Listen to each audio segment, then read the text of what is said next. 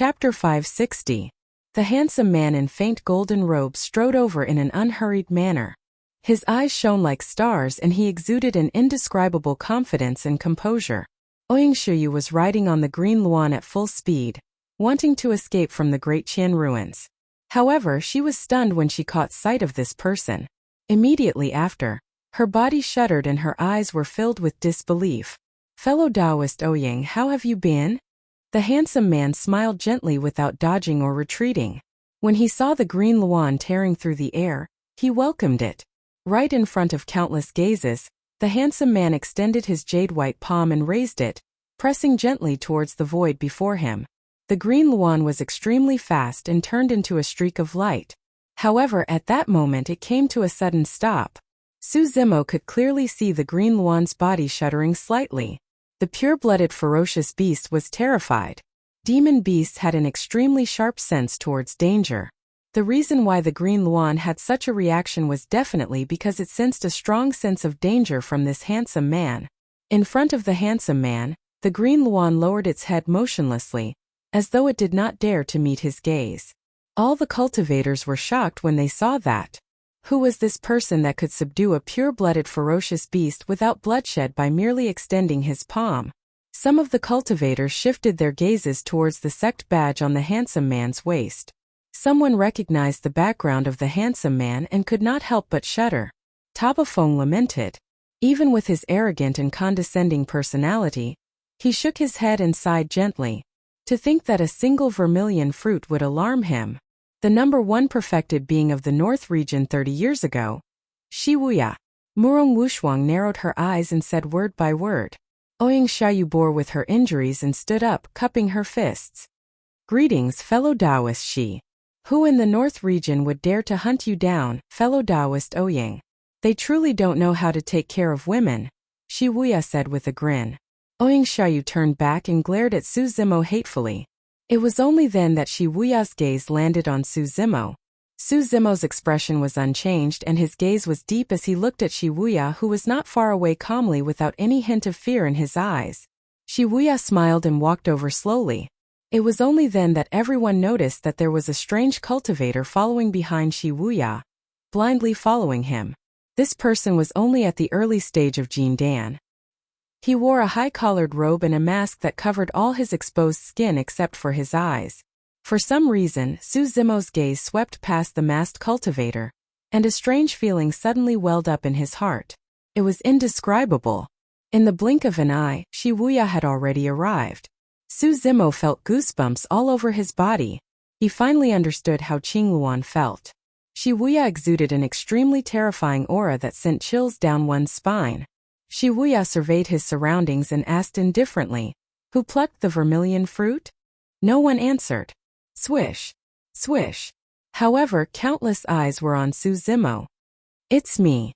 Su Zimo knew that he could not hide this matter.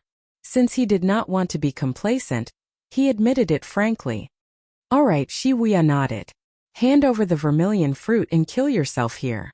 At least you'll have a complete corpse." "Fufu. Ha ha ha."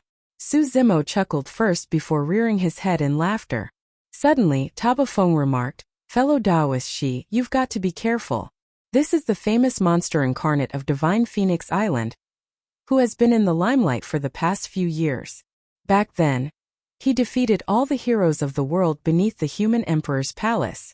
Most of the paragons today have died in his hands as well.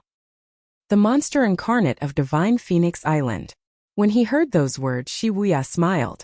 There was a hint of mockery and lamentation in his eyes. "What a pity." Wuxia looked at Su Zimo and sighed gently. "You're going to die today." "You?" "Me." The two of them exchanged glances with fighting intent rising. Neither of them retreated. The crowd began to discuss softly as well. "It's a pity for the monster incarnate of Divine Phoenix Island. Now that his spirit energy is depleted, how can he be a match for Wuxia?" "That's right. If he was in his peak condition, the two of them might be able to fight it out. But now, don't spout nonsense. Even at his peak condition, the monster incarnate of Divine Phoenix Island is definitely not a match for Wuxia." Before the discussions died down, a battle broke out. Wuxia did not move at all and his eyes shone brightly. emitting two divine lights that caused the voids to tremble wherever they passed. Some of the cultivators who were hiding far away were caught off guard and cried out in pain, clutching their eyes. Those cultivators were nearly blinded just by watching the battle. Su Zimo, who was opposite Shi Wuya, did not move at all, and a demonic glint flashed through his eyes. Su Zimo cultivated the mystic classic of the 12 demon kings of the great wilderness and had shocking eyesight. Shi Wuya's visual secret skill could not injure Su Zimo at all, nor could it affect his mind. Interesting, Shi Wuya stomped on the ground and leaped into the air, punching viciously towards Su Zimo, who was in midair. That clenched fist was like a rainbow glass that shone with a resplendent light. It did not seem like a punch but a blazing sun. Su Zimo was fearless and strode forward as well. Extending his arm that was bulging with green veins, he clenched his fist into a seal and collided with the incoming fist. Boom! There was a deafening sound and the ground quaked. Countless resplendent lights shattered and scattered in midair, resembling fireworks. Amidst the fireworks, the two figures engaged in a massive battle that attracted the attention of countless people. Both of them were body-tempering cultivators and fought in melee combat with their incomparably strong physiques. Each time they collided, the underground palace would tremble. Both of them were way too strong. Just their physique and bloodline alone was enough to shock many cultivators. That monster incarnate of Divine Phoenix Island is so scary. That's right. He killed countless paragons of the North region and even slaughtered the paragons of the 10 upper sects and 4 gentry clans. To think that he still has the strength to fight against Shi Wuya. Shi Wuya hasn't used his trump cards yet and hasn't used his full strength. Once he does, that monster incarnate of Divine Phoenix Island will definitely die. In reality, Su Zimo was truly drained. After fighting against so many paragons and releasing 2 phenomenons, the spirit energy in his dantian had long been depleted. However, even without spirit energy, Su Zimo was still frightening. Most Jin Dan perfected beings would not be able to withstand the burst of his physique alone. At that moment, Su Zimo was getting braver as he fought. Up till this point of his cultivation, it was rare for him to encounter a cultivator who could match him in terms of body tempering. However, Shi Wuya's emotions were conflicted right now. Glass Palace was the sect that specialized in body tempering and melee combat in Tianhuang mainland. At the peak of Glass Palace's secret manuals, one could even kill ancient remnant beasts and subdue pure-blooded ferocious beasts. Up till this point of Shi Wuya's cultivation, he had never met anyone who could match him in melee combat. But now, after encountering Su Zimo, he felt extremely troubled. Tsunami blood. The successor of Divine Phoenix Island had actually cultivated his blood to the tsunami blood realm. What was even more frightening was that the many melee combat techniques released by the successor of Divine Phoenix Island were extremely strange. They could be tough or soft, resembling anacondas coiling around mountains or agile monkeys climbing rocks. In fact, there were a few times where his life was nearly threatened. Chapter 561. 50 years ago, Shi Wuya came out of seclusion. The moment he appeared, he was incomparably domineering and killed countless paragons without a single defeat. He was crowned as the king of the North region, and was hailed as the youngest paragon of the Jin Dan realm with unlimited potential. 30 years ago, Shi Wuya attacked and killed a peerless paragon of malevolent earth sect that had been famous for a long time, shocking the North region. Thereafter, malevolent earth sect sent disciples to assassinate Shi Wuya multiple times. However, all of them failed and suffered heavy losses. Since then, although no one gave him a title, most cultivators of the North region acknowledged Shi Wuya as the #1 perfected being of the North region. After 30 years, Shi Wuya rarely attacked. However, each time he did, he would attract countless gazes. Every time he targeted a cultivator, it would be difficult for them to escape death. 10 years ago, Shi Wuya attacked once more, and crossed a major cultivation realm to kill Jining Jinjuan of the upper sects of the North region. That battle was extremely tragic, and the entire cultivation world was shaken. Jin Dan and nascent soul realms were on completely different levels of power. This time around, Shi Wuya's reputation grew even more after killing someone who was a major cultivation realm above him. Although he was a perfected Jin Dan, he was treated as a nascent soul cultivator by most cultivators. Nobody expected that the appearance of the vermilion fruit this time round would alarm this monster incarnate of the North region. After all, Wuxia had not appeared or attacked for 10 years now. The fight for the vermilion fruit this time round was a rare gathering of paragons of the North region. However, if Wuxia were to descend, the paragons of the 10 upper sects, for gentry clans and even 2 ancient aristocratic families would only be children before him. Most of the cultivators did not expect that a perfected Jin Dan would be able to fight against Wuxia without being disadvantaged. That monster incarnate of Divine Phoenix Island is so scary. To think that he still has the strength to fight against Wuxia after fighting against so many paragons. Glass Palace is one of the strongest body-tempering sects in Tianhuang mainland. How did that monster incarnate of Divine Phoenix Island cultivate his physique to be able to fight against Wuxia? It's useless. Wuxia is clearly not using his full strength. However, that monster incarnate of Divine Phoenix Island is already exhausted. That's right. If Wuxia releases his Jindan phenomenon, that person will definitely die. As everyone discussed, something happened on the battlefield. Wuxia asked leisurely, "Is that all you're capable?" The hearts of many cultivators trembled. In such a tense and exciting battle, he had to maintain his full concentration. How could he dare to be distracted and talk? Not to mention that this was a close combat battle, and it was even more dangerous. The slightest carelessness would cause one to perish. However, Wuxia seemed rather relaxed right now. "If this is all you have, then I'm sorry, but you're going to die," Wuxia said coldly, "because I only used 50% of my combat strength." The cultivators were shocked. He was able to unleash such a terrifying power with only 50% of his combat strength. If he really went all out, who in the Jindan realm would be able to withstand him? Boom! The two of them clashed again. Su Zimo suddenly opened his mouth and sneered, "Is that so? I only used 30%. He was worried that his identity would be exposed, so he had misgivings that he couldn't use many of his methods. These words weren't nonsense at all. But others did not know the details, so they naturally did not believe it. In everyone's opinion, it was clear that Su Zimo had already used all his trump cards when he fought against the paragons of the North region and destroyed 2 primordial phenomenons. Finally, he used the clash of tortoise and snake to kill Duan Wukong. Furthermore, everyone could see that Su Zimo's spirit energy was depleted. Up till this point of the battle, there was almost no spirit energy fluctuation on his body. He was relying entirely on his incomparably strong bloodline and physique to fight in close combat. Fufu. Wuxia chuckled. "You have a glib tongue. That's all there is to the monster incarnate of Divine Phoenix Island." Before his sentence was finished, Wuxia's palm landed on his storage bag and he suddenly withdrew a slender jade ruler. It was crystal clear and shone with a mysterious glow. It was extremely extraordinary. Up till this point of the battle, both of them had been fighting barehanded. But now Wuxia had finally summoned his weapon. "You can die a worthy death if you can force me to use my weapon," Wuxia said proudly. Swoosh! The jade ruler was smashed forward like a saber that tore through the air, howling with a shocking aura. Su Zimo narrowed his gaze. That jade ruler was not simple. His spirit perception warned him. Without time to think, Su Zimo retreated. The jade ruler brushed past his face and he felt a burning sensation on his cheeks. The jade ruler quivered gently and a bedazzling light shone on it. 6 spirit patterns, a Khanate spirit weapon. A series of exclamations broke out from the crowd.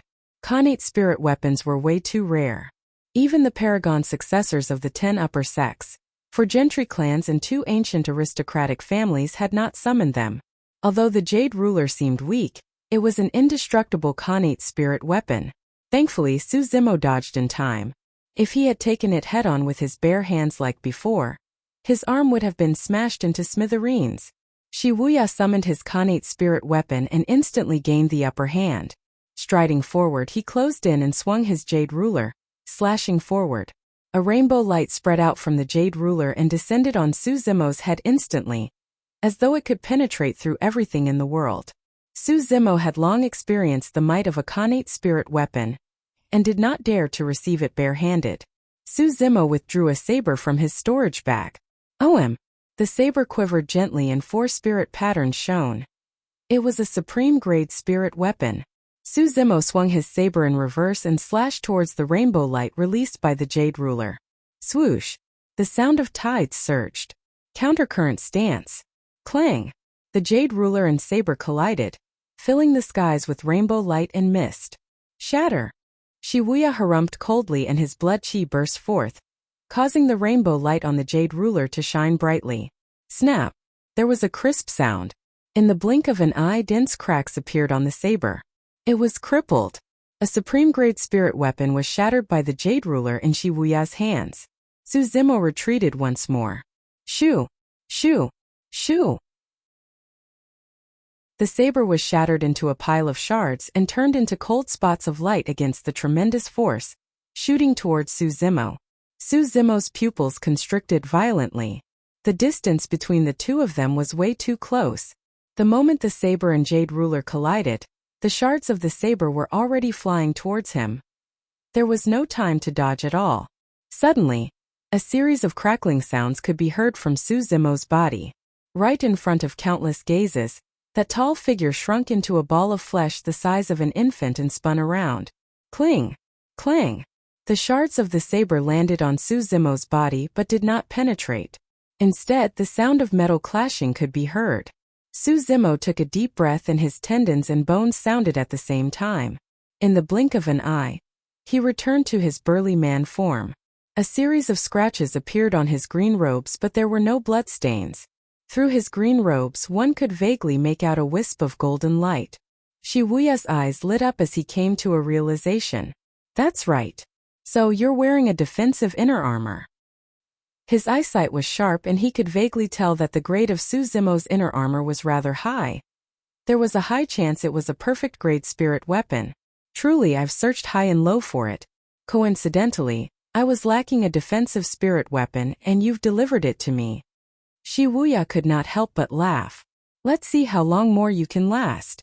The moment he said that, Shibuya's blood chi burst forth and his figure flashed. Waving his jade ruler, endless rays of light shone down on Suzimo's head and sliced down once more. With a connate spirit weapon in hand, Shibuya was able to suppress Suzimo perfectly. End of Chapter 1. Chapter 562. As the jade ruler enveloped over, Suzimo did not dare to take it head-on and could only retreat. The jade ruler was a connate spirit weapon.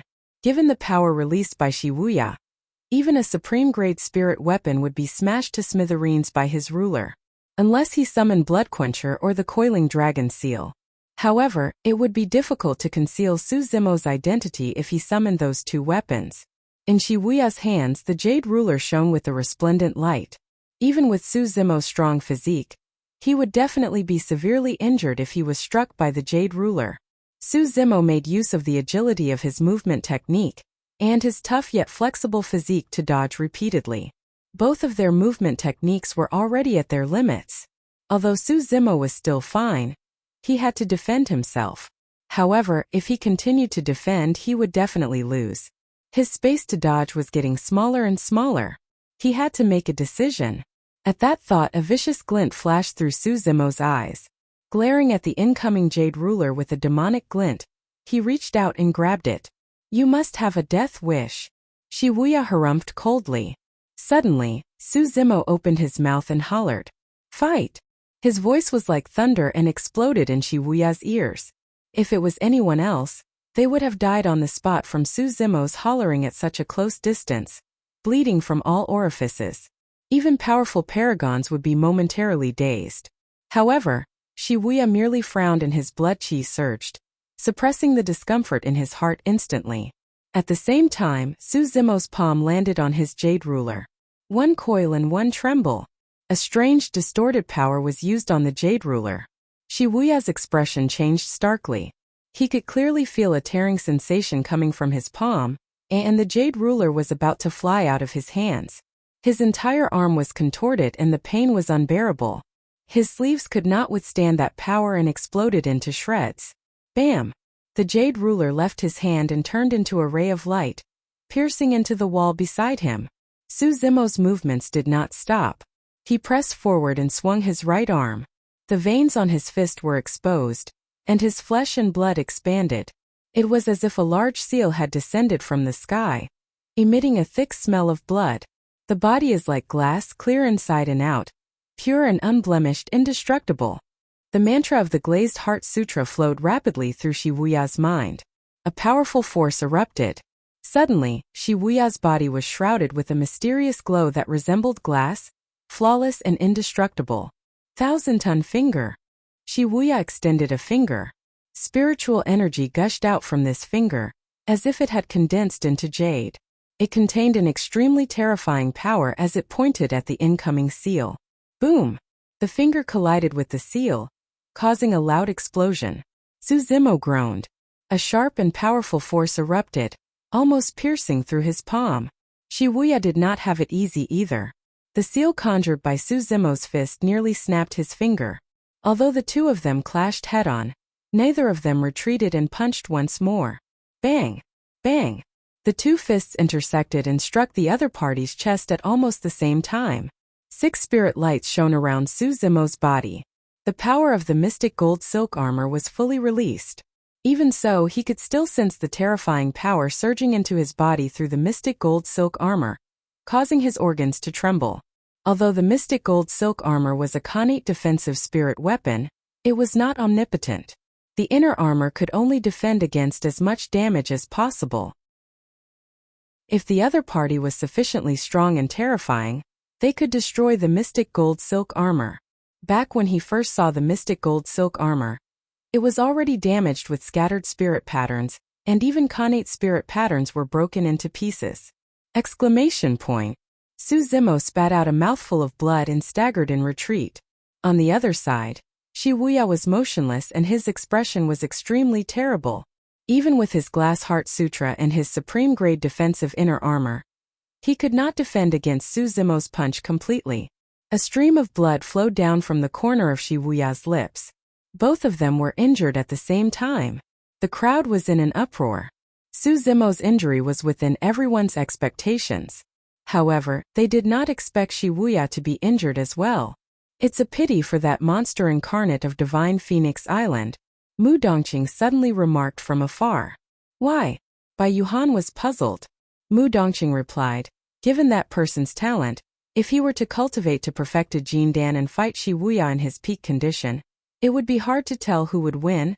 Right now, the successor of Divine Phoenix Island has exhausted all his trump cards, spirit energy and stamina. As long as Shi Wuya releases the Jin Dan phenomenon, he's dead for sure. On the battlefield, Shi Wuya's expression darkened and his eyes were filled with killing intent as he grit his teeth. It's been a long time since anyone has been able to injure me. Good, very good. Shi Wuya strode towards Su Zimo slowly, and the aura emanating from his body turned increasingly terrifying.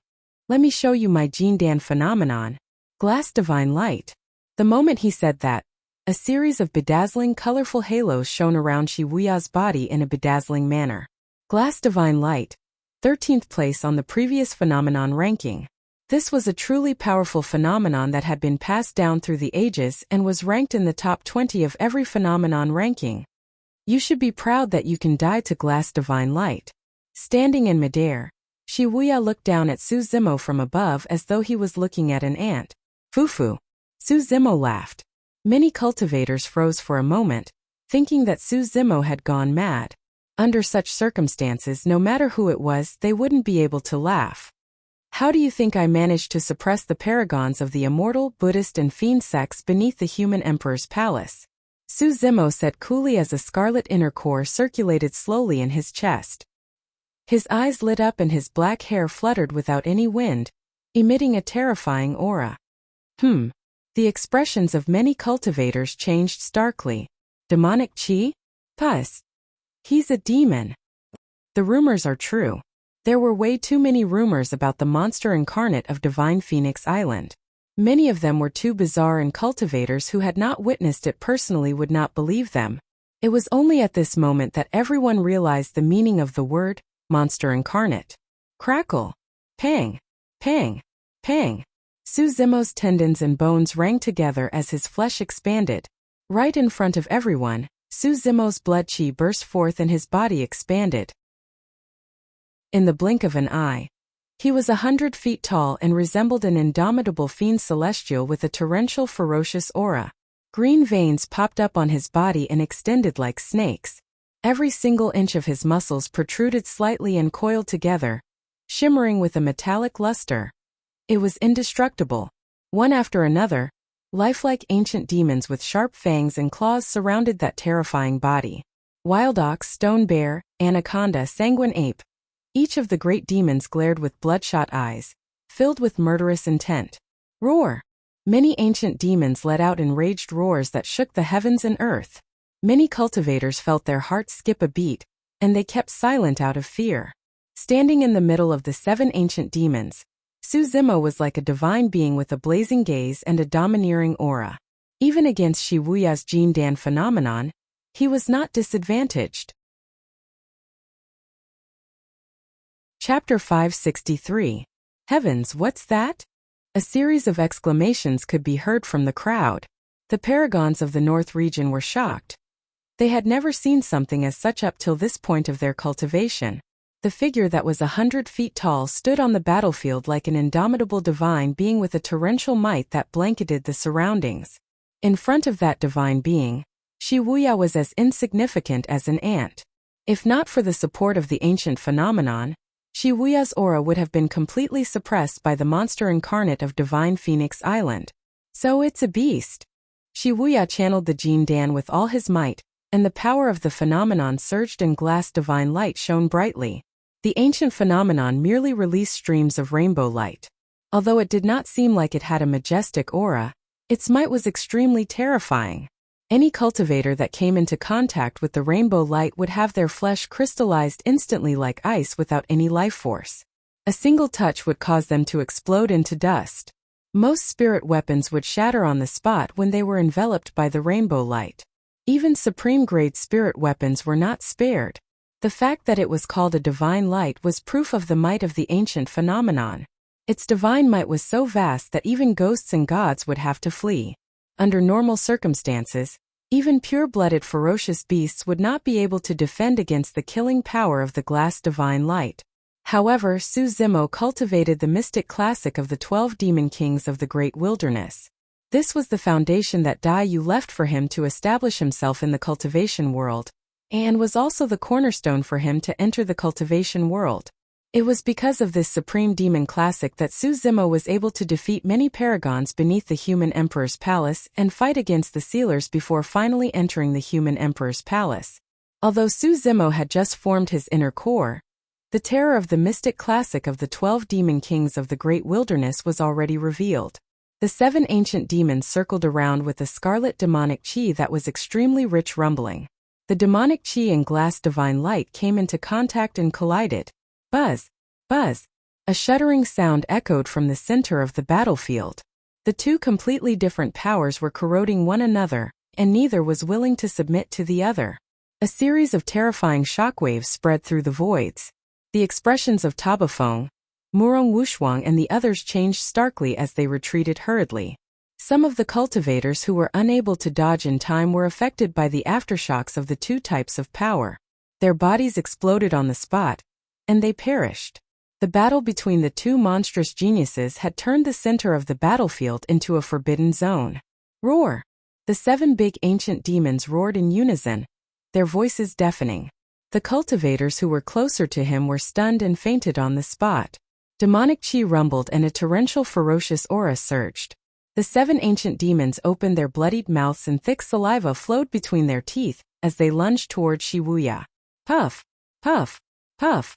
7 colored light burst forth. Shi Wuya's body was like glass, translucent and flawless. He was like a blazing sun within it. The rays of multicolored light were like sharp swords, revealing their sharpness and extremely sharp. The thousands of sharp swords pierced through the layers of demonic chi, causing the 7 ancient demons to be riddled with wounds. The demonic aura surrounding Su Zimo had obviously thinned out a lot. In the end, Shi Wuya had the upper hand in the fight between the two monster incarnates.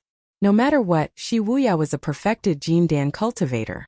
However, Su Zimo was only at initial formation of his inner core. As the #1 perfected being of the North region, There was no way Shi Wuya would miss out on such an opportunity when he sensed the slight changes in the situation. Kill! Shi Wuya hollered and his aura intensified.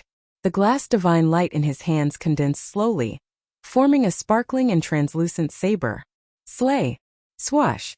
Accompanied by Shi Wuya's holler, the glass divine saber tore through the demonic chi in front of Su Zimo and severed the head of the wild bull demon king. The demonic chi dimmed as well. Slash again! Shi Wuya hollered with a domineering aura. Exclamation point! The stone bear demon king's body was sliced into two and dissipated. The demonic chi dimmed once more. Slash! Slash! Slash! Slash! Slash! Shi Wuya slashed out 5 times consecutively, and the remaining 5 ancient demon kings were killed by the glass divine saber. Their limbs flew everywhere in a tragic manner. In the blink of an eye, the 7 ancient demon kings surrounding Su Zimo were destroyed by the glass divine light. The demonic chi was at its weakest. Without the protection of the demonic chi, even if Su Zimo's physique was unparalleled, there was no way he could withstand the might of the glass divine light. The situation was clear. Sigh, he's still lacking a little after all, Mu Dongqing sighed. The monster incarnate of Divine Phoenix Island first fought against the paragons of the North region. Now that his spirit energy is depleted, he's fighting against the number 1 perfected being of the North region. Indeed, he doesn't have much of a chance of winning. Furthermore, there's a difference of several levels between their cultivations. Bai Yuhan nodded. If that person had cultivated to perfected Jin Dan, the outcome of this battle would truly be unpredictable. That's a double phenomenon. Furthermore, both of them are primordial phenomenons that have been lost in history. To think that they would die just like that. Everyone has the right to kill someone from Divine Phoenix Island who wants to enter Tianhuang mainland and fight for the vermilion fruit. That's right, that person is a demon. So what if he's killed? Just now, Su Zimo had killed way too many paragons of the North region, and had long formed a blood feud with the major factions and sects of the North region. Nobody wanted him to win. Ha ha ha ha. When Shi Wuya saw that the outcome was set, he could not help but burst into laughter. A beast is a beast after all. Do you really think that you can fight against me just because you suppress so many paragons beneath the human emperor's palace? Shi Wuya strode forward and slashed forward with his saber. Su Zimo grit his teeth and his inner core churned furiously, condensing the remaining demonic chi around him into a shield of demonic chi. Boom! The shield exploded. Su Zimo grunted dully. The power of the phenomenon entered his body and the surface of his massive body exploded, creating a series of cracks that dripped with blood in a frightening manner. Can't hold on any longer? Shi Wuya had an excited expression and a hint of ferocity could be seen in his eyes as he charged forward once more. Su Zimo raised his right hand with the divine phoenix bone and clenched it into a fist, blocking in front of him. Clang!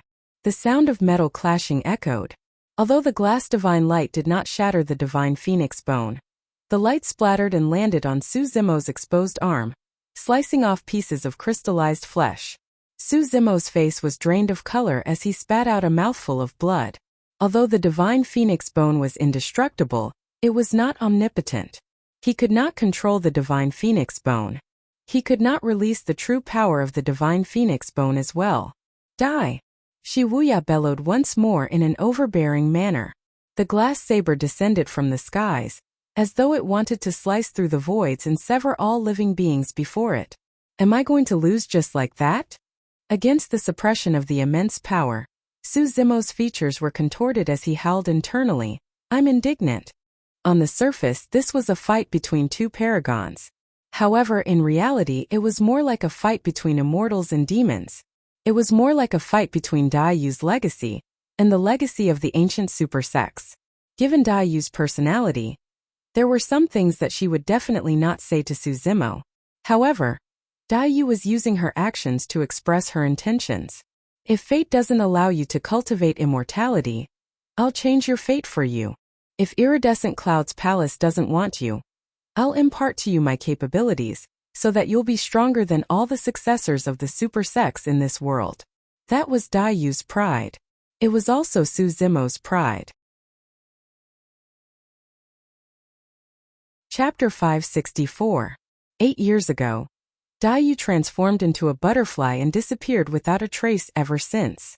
However, during this period of time, Su Zimo did not feel lonely at all.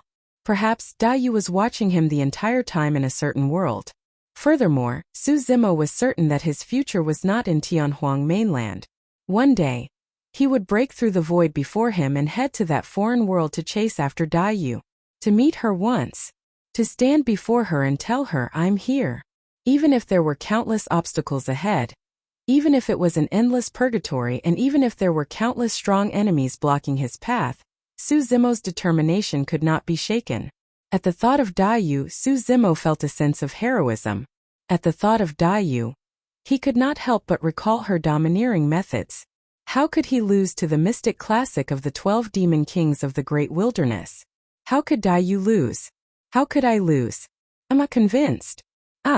Su Zimo reared his head and howled into the skies. His blood chi surged as his inner core churned and his tendons and bones rang at the same time. His blood and marrow flowed and his organs shuddered. Body tempering section, tendons transformation section, bones strengthening section, marrow cleansing section, organs refinement section, orifice clearing section, core formation section. 7 sutras flowed through his heart. Strange noises could be faintly heard coming from within the 30-meter-tall body. It was as though someone was chanting those sutras endlessly. With the support of those sounds, the cracks on Su Zimo's body healed at a speed visible to the naked eye. Many voices gradually converged, as if something had been triggered, and a force that caused one's heart to tremble burst forth. Su Zimo's eyes lit up. Against the incoming glass saber, the demonic chi within his body surged, and he welcomed it instead of retreating. "You don't know what's good for you." Shi Wuya's gaze was sharp as he gripped the glass saber with both hands and slashed viciously. Boom! Su Zimo threw out a punch. At the same time, a gigantic demon beast appeared vaguely from the rumbling demonic chi behind him. It seemed to be a blood-colored butterfly that was faintly discernible. 2 bright full moons were engraved on the butterfly's wings, looking like a pair of indifferent eyes. Su Zimo punched out. The blood-colored butterfly remained still, but the moon-like eyes on its wings flickered. An incomparably powerful force surged into Su Zimo's body, following his fist, and instantly exploded. Boom! With an earth-shattering boom, the long saber collided with Su Zimo's fist. Shi Wuya's expression changed time and time again. There was actually a hint of panic and fear in the depths of his eyes. Right in front of everyone, the glass saber in Shi Wuya's hand shattered. The 7-colored light dissipated. Shi Wuya's Jindan phenomenon collapsed completely. Boo! Shi Wuya's body shuddered as though he was struck by lightning. Feeling salty in his throat, he could not help but spit out a mouthful of blood. The heavenly talents of the North region were in an uproar. Everyone could see that the monster incarnate of Divine Phoenix Island was already in a dire situation and could die at any moment. However, for some unknown reason, he suddenly burst forth and shattered Shi Wuya's Jindan phenomenon instead. In the blink of an eye, the situation was reversed. The faintly discernible blood-colored butterfly behind Su Zimo had already vanished. However, without the protection of the Jindan phenomenon, Shi Wuya was definitely not a match for the demonized Su Zimo. Boom! Su Zimo strode forward and extended his gigantic palm that blotted out the skies, pressing down viciously. Unable to dodge in time, Shi Wuya could only raise his arm to defend. Bang! The two of them clashed head-on and it was as though they were defeated. Shi Wuya merely felt an unbearable pain in his arm and instantly, he broke out in cold sweat. Su Zimo did not give Shi Wuya a chance to catch his breath at all. Both of them were rare geniuses in melee combat, and there was naturally no way they would miss out on such an opportunity. Another punch came smashing down. It was as though a peerless gigantic seal had descended from the firmaments, as though it wanted to shatter the world. Boom! Shi Wuya could only raise his arms to defend against it. His body shuddered and he retreated once more. Exclamation point! He spat out another mouthful of blood that was already greenish-black in color. His organs were shaken. Otherwise, his blood would definitely be scarlet. At that moment, Shi Wuya could no longer feel any pain in his arms. They were numb from the beating. Su Zimo's timing was extremely precise and he did not even have the chance to summon weapons, talismans or elixirs from his storage bag. If this continued, both of his arms would be broken by Su Zimo within a few rounds. The two of them were extremely close. Shi Wuya could clearly sense that there was a hint of blood in Su Zimo's breath as well. This meant that Su Zimo was severely injured in this battle as well. At that moment, both of them were at the end of their rope. If he were to fight to the death, it would be hard to say who would win. However, Su Zimo's aura was way too strong and sharp. After a few consecutive swings, Shi Wuya had already given up on the thought of fighting to the death with Su Zimo. He could not die.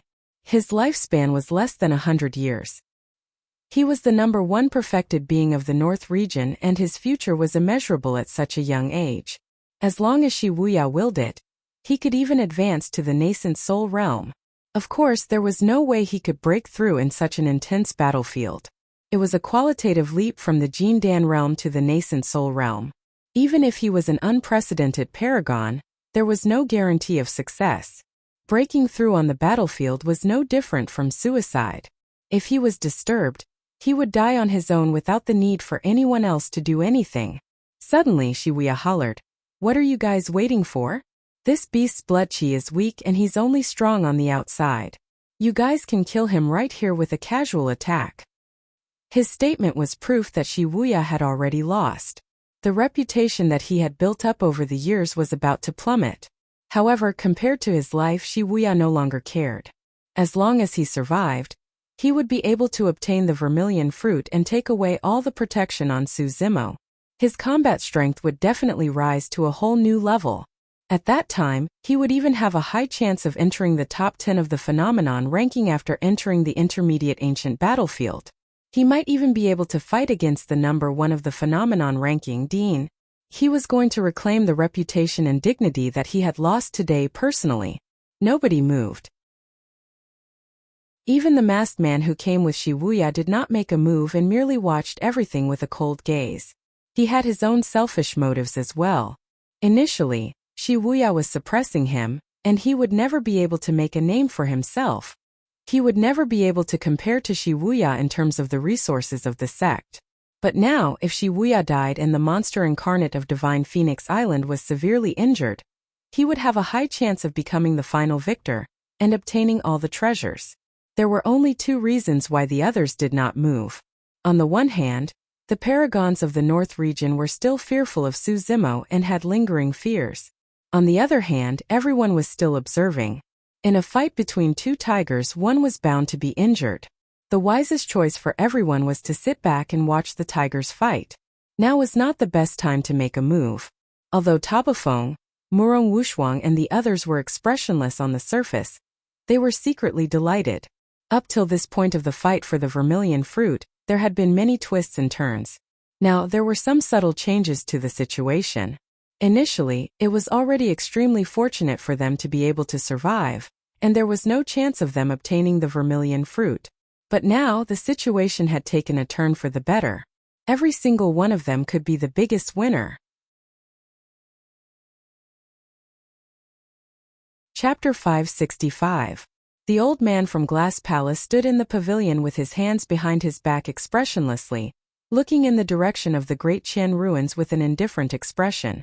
The old man looked scrawny as though a gust of wind could blow him over. However, none of the Jining Jinjuan outside the pavilion dared to move. With Shi Wuya's appearance, there was no longer any suspense in the fight for the vermilion fruit. To everyone, the paragons of the North region could only resign themselves to fate. Cultivators with sharp eyes and sharp senses could still be considered rational if they left decisively and gave up on the fight for the vermilion fruit.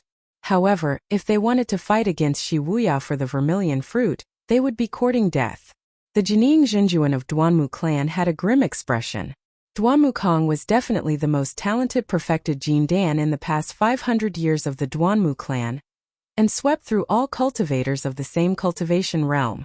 To think that he would fall in the hands of Shi Wuya. Suddenly, the fight for the vermilion fruit became dull after Shi Wuya's appearance. That was because everyone knew the outcome of the battle. It was no wonder why the paragons of the North region suffered such heavy casualties. It was no wonder why even the paragons of the 10 upper sects and 4 gentry clans died one after another. It was no wonder why the successors of the two ancient aristocratic families could not suppress the situation even after they appeared. Now, everything was explained. It was all because of Shi Wuya. Many Jining Zhenjuan stood silently, waiting for the final outcome. All of a sudden, the old man from Glass Palace, who was initially standing with his hands behind his back, frowned and swiped his withered palm across his storage bag, taking out a destiny talisman and looking at it. The light on the destiny talisman flickered continuously, as though it was struck by an immense impact.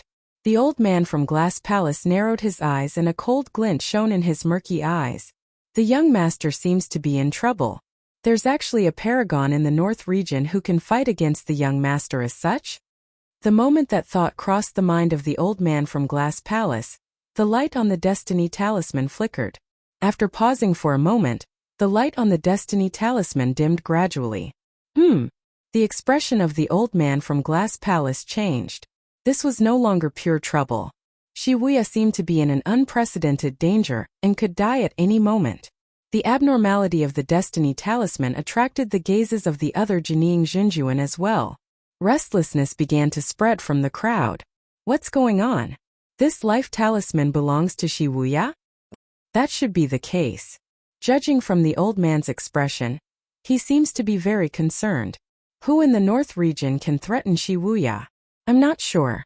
The old man from Glass Palace gripped his destiny talisman with a dark expression. After hesitating for a moment, a resolute look flashed through the eyes of the old man from Glass Palace as he remarked coldly, "A nascent soul must have infiltrated the Great Qian ruins. Otherwise, given boundless combat strength, even if the paragons of the North region joined forces, they would not be a match for him." Shi Wuya indeed had the ability to do so.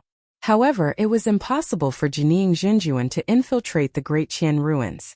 These Jining Zhenjuan had gathered here, and their divine senses had covered the entire area. It was impossible for a Jining Zhenjuan to sneak in without them noticing. The reason why the Glass Palace old man said that was self-evident. Let's see who dares to interfere with the fight for the vermilion fruit. The old man from Glass Palace soared into the air and transformed into a streak of light that sped towards the Great Qian ruins. The other Jining Zhenjuan could not sit still any longer, and wanted to check out what was going on in the Great Qian ruins. Many Jining Zhenjuan could vaguely sense that things were not as simple as they had imagined. Countless figures soared into the air. In the center of the ruins, the fight between the two monster incarnates was still ongoing. Shi Wuya was drenched in sweat and retreated repeatedly, panting heavily in a wretched manner. Su Zimo was not in a good condition either. Many paragons could clearly sense that Su Zimo's footsteps were getting heavier and his blood qi was depleted. His body had already descended from its initial height of 100 feet to 2 meters. His stamina was already at its limits. Even so, he had no intention of stopping. Su Zimo's eyes shone fiercely. Although his stamina was depleted, his aura was still superior to Shi Wuya's. Every single punch was delivered with all his might. Shi Wuya's gaze was menacing as he grit his teeth. Be ****. Can't you tell that the others are eyeing us covetously and want to reap the benefits? Even if you kill me, you'll be killed mercilessly as well. Heh. Su Zimo smirked, revealing a row of pearly white teeth. How dare you call me a be ****? I'll kill you first before we talk about anything else. You lunatic. Shi Wuya's hair was disheveled as he cursed, completely losing the bearing of the number one perfected being of the North region. Snap. Su Zimo delivered yet another punch. Instinctively, Shi Wuya raised his arm to defend, but the sound of bones cracking could be heard in midair. Pust. Shi Wuya gasped in pain and his expression changed starkly. He had been cultivating the Glass Mental Sutra all year round and his flesh and bones were no weaker than divine weapons. Even if he was struck by a supreme-grade spirit weapon, his foundation might not be injured. But now his arm was broken by the monster incarnate of Divine Phoenix Island. Shi Wuya's heart skipped a beat after his arm was broken, and he nearly fainted from the pain. Naturally, his movements were sluggish. Su Zimo's eyes lit up. There was no way he was going to miss out on an opportunity as such.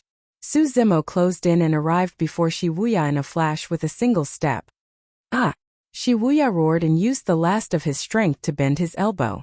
Like an inverted spear, He stabbed down viciously towards Suzumo. Wuxia could sense the aura of death. This was his final gambit before his death. Throughout history, there have been countless cultivators who had the upper hand the entire time only to be killed at the final juncture. Even if Wuxia was completely drained of his stamina, that elbow strike would definitely be able to create a gigantic hole in Suzumo's body. At that time it would be hard to tell who would survive. However, it was a pity that Suzumo seemed to have expected this. The moment he arrived before Wuxia and the two of them were mere feet apart, Suzumo's body suddenly went limp and coiled around Wuxia's body like an anaconda. The change in move this time round was extremely strange.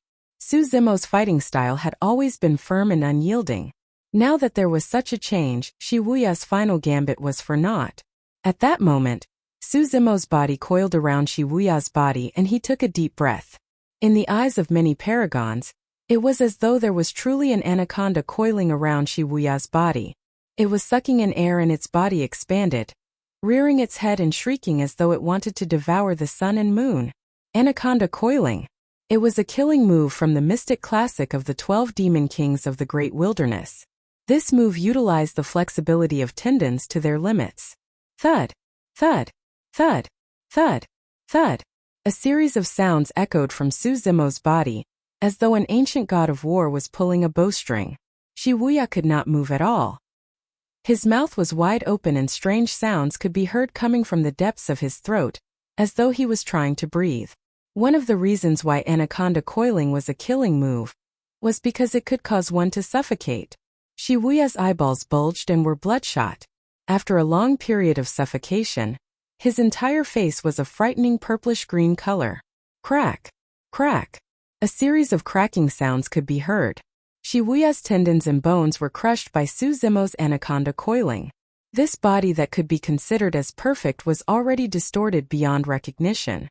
It was a shocking sight with all tendons and bones shattered and there was no life left. Wuxia's gaze dimmed and his head tilted to the side. He died on the spot. End of chapter. Chapter 566. Wuxia was once the number one perfected being of the North region, and was invincible in the cultivation world. Nobody of the same cultivation realm dared to go against him. Although he rarely made a move for the past 30 years, he was still an invincible existence in the hearts of the major factions and sects of the North region. Nobody expected that Wuxia would be alarmed by the fight for the vermilion fruit. The paragons were even more surprised. Wuxia would die in the Great Qian ruins, having his tendons and bones snapped and killed forcefully. Looking at the tall and muscular figure on the battlefield, the geniuses actually felt that this was unreal, and they sighed in their hearts. That was how cruel the cultivation world was. Even if one cultivated to Wuxia's cultivation realm and possessed such terrifying combat strength, they would still be killed mercilessly. No matter how glorious their past was, the fallen paragons would eventually be buried in the long river of time and forgotten. This fight for the vermilion fruit had already far exceeded the paragons' initial expectations. There were way too many paragons that had fallen. Corpses were strewn everywhere and blood flowed like rivers. It was way too tragic. Furthermore, up till this point, no one knew who the vermilion fruit would end up in or who the final winner would be. There was only one thing that everyone was certain of. From this day forth, the number one perfected being of the North region had a new owner. That person was going to die before long as well. Everyone could see how weak Suzumo was. At that moment, any perfected being of Jin Dan could probably take his life if he stood out. Although most of the remaining paragons were injured, their eyes shone brightly when they looked at Suzumo, as though they wanted to skin him alive. Finally, a cultivator could not hold it in any longer and stood out. A centipede died but did not fall down. Although he could tell that Suzumo was exhausted, that person did not dare to advance and merely hid far away, conjuring a spirit art and hollering softly. Spirit energy surged and formed a palm in midair, slapping towards Suzumo viciously. Boom! The palm of spirit energy slapped Suzumo heavily without any obstruction. Suzumo grunted dully and staggered from the impact. His legs went limp and he nearly fell to the ground. Seeing this, the Sky Prides finally relaxed. So the legendary number one evildoer of all times is nothing more than this. There are times when you run out of strength. It's just a beast. Humph. How dare a beast try to snatch the vermilion fruit in front of us humans? What wishful thinking. The paragon of heavenly piercing sword sect waved his sword and strode towards Su Zimo slowly with a cold smirk and killing intent in his eyes. Previously, his chest had been slashed by Su Zimo. Although the wound wasn't deep, he was very scheming. After weighing the situation, he took advantage of the situation and retreated, choosing to watch coldly from the sidelines to preserve his strength. With the help of the blood-staunching powder and other miraculous medicines, the wound on his chest had almost completely healed. At that moment, all the paragons were injured and could not conjure the Jindan phenomenon within a short period of time. The real threat to him was the masked man from Glass Palace. However, the paragon of the heavenly piercing sword sect could clearly see that the masked man's cultivation was at the early stage of Jindan. If the two of them were to fight, he would definitely have the upper hand. The reason why he stood out now was naturally to control the situation and suppress everything, becoming a fisherman in a fight between two parties. Beast, why aren't you arrogant anymore? Clang! The paragon of heavenly piercing sword sect drew his sword and slashed forward. A moon-white sword beam flashed. A wound appeared on Su Zimo's thigh. Although it wasn't deep, blood seeped out instantly. The paragon of heavenly piercing sword sect did not deal a killing blow with that slash. He was clearly trying to trample on Su Zimo's dignity. Su Zimo did not move at all, as though he did not even have the strength to dodge. His face was pale and only his eyes were bright and piercing. Indeed, he was exhausted after killing Wuxia. Furthermore, Wuxia was at perfected Jindan, and the number one perfected being of the North region. His strength was indeed frightening, and his physique after cultivating the Glass Mental Sutra was extremely frightening. Su Zimo was rather injured after the consecutive head-on clashes. Fine cracks appeared on his organs one after another. If Wuxia could hold out for a little longer, it would be hard to tell who would be the one to die. At that moment, Su Zimo did not resist and was merely healing silently to recover his strength. He had the mystic gold silk armor. Be it the spirit art of the first cultivator or the slash of just now by the paragon of heavenly piercing sword sect, they were merely superficial wounds that could not hurt his foundation. It was not as though Su Zimo did not have any trump cards. If he were to use that trump card, the entire world would be turned upside down. When the paragon of heavenly piercing sword sect saw that Su Zimo did not resist, he was even more arrogant and did not stop in his tracks. Swinging his sword, he drew a sword flower. Poof! Blood spurted out from Su Zimo's shoulder once more. Foo-foo! The paragon of heavenly piercing sword sect chuckled and mocked without concealing the mockery in his eyes. Why? You don't even have the strength to retaliate? Su Zimo smirked and said nothing. Sigh, to think that such a peerless monster incarnate would end up in such a state. Mu Dongqing shook his head and sighed gently with a lamenting expression. Bai Yuhan whispered as well. This is what they mean when a tiger falls from the sun and a dragon is trapped in the shallows. This is his fate as well. If not for Wuxia, he would have left this place a long time ago instead of being humiliated by these fishes. This person has no helpers. If someone could stand out and share some of the burden with him, he wouldn't be in such a miserable state. Mu Dongqing sighed once more. Bai Yuhan nodded. That's right. Who would have the guts to stand beside him and go against the entire North region? Monster incarnate, my ass. Die. Heavenly piercing sword sect's paragon felt uneasy and did not want to drag this out any longer. Finally, he made up his mind and slashed with his sword. The tip of his sword was aimed at Su Zimo's glabella. If that sword struck, Su Zimo's head would be pierced through. Su Zimo narrowed his gaze and was about to make a move when he suddenly frowned with a look of confusion in his eyes. Buzz! A sword hum sounded. An incomparably resplendent sword beam appeared. The sword beam was so dazzling that it attracted the gazes of all the cultivators. However, the sword was way too fast. It disappeared in a flash. No one could see where the sword came from. Nobody could see the trajectory of the sword. Nobody could see the direction of the sword either. However, everyone could sense the killing intent of the sword. The sword beam retracted. Suddenly, the battlefield went silent. The atmosphere turned strange. Heavenly piercing sword sect's paragon paused in his tracks. His gaze turned blank.